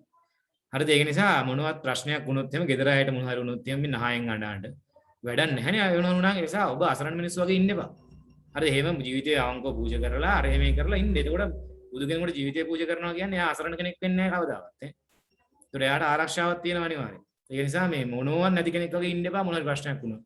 මම මේවා කියලා තියෙනක ඔයාලට හොඳයි. මොකද මේ ප්‍රශ්නේ කාට වුණත් එන්න පුළුවන්. දැන් සමහර ළමයිට වෙලා තියෙන්නේ. සමහර අය ඒවා කියනවා සමහර අය කියන්නේ. හරි. ඒක නිසා ඔය යම් මට්ටමක චූටි දෙයක් කිව්වේ. කියනවා නම් ඊට වඩා දේවල් තියෙනවා. මේ හරි කොහොම හරි දැන් අපි 12ක් පහු වෙලා නිසා අපි පන්ති දැන් නවත්තමු. සුපුරුදු විදිහට අපි ඉස්සරහට වැඩ ටික කරගෙන යනවා. මේ දවස්වල ඉතින් ওই චූටි දේවල් ටිකක් අපි දෙන්නේ. ඒ ටික පාඩම් කරගෙන රිලැක්ස් එකේ සතුටින් ඉන්න. මේ හැබැයි පාඩනුක් කරන්නේ විභාගයට රෙඩි වෙන ගමන් පාඩනුක් කරන ගමන් අවශ්‍ය වැඩ ටිකත් කරන ගමන් රිලැක්ස් එකේ ඉන්න. හරි අපි එහෙනම් පන්ති නවත්තමු. මේ පරිසං වෙලා ඉන්න. හරි. හරි එහෙනම් හැමෝටම ආයුබෝවන්.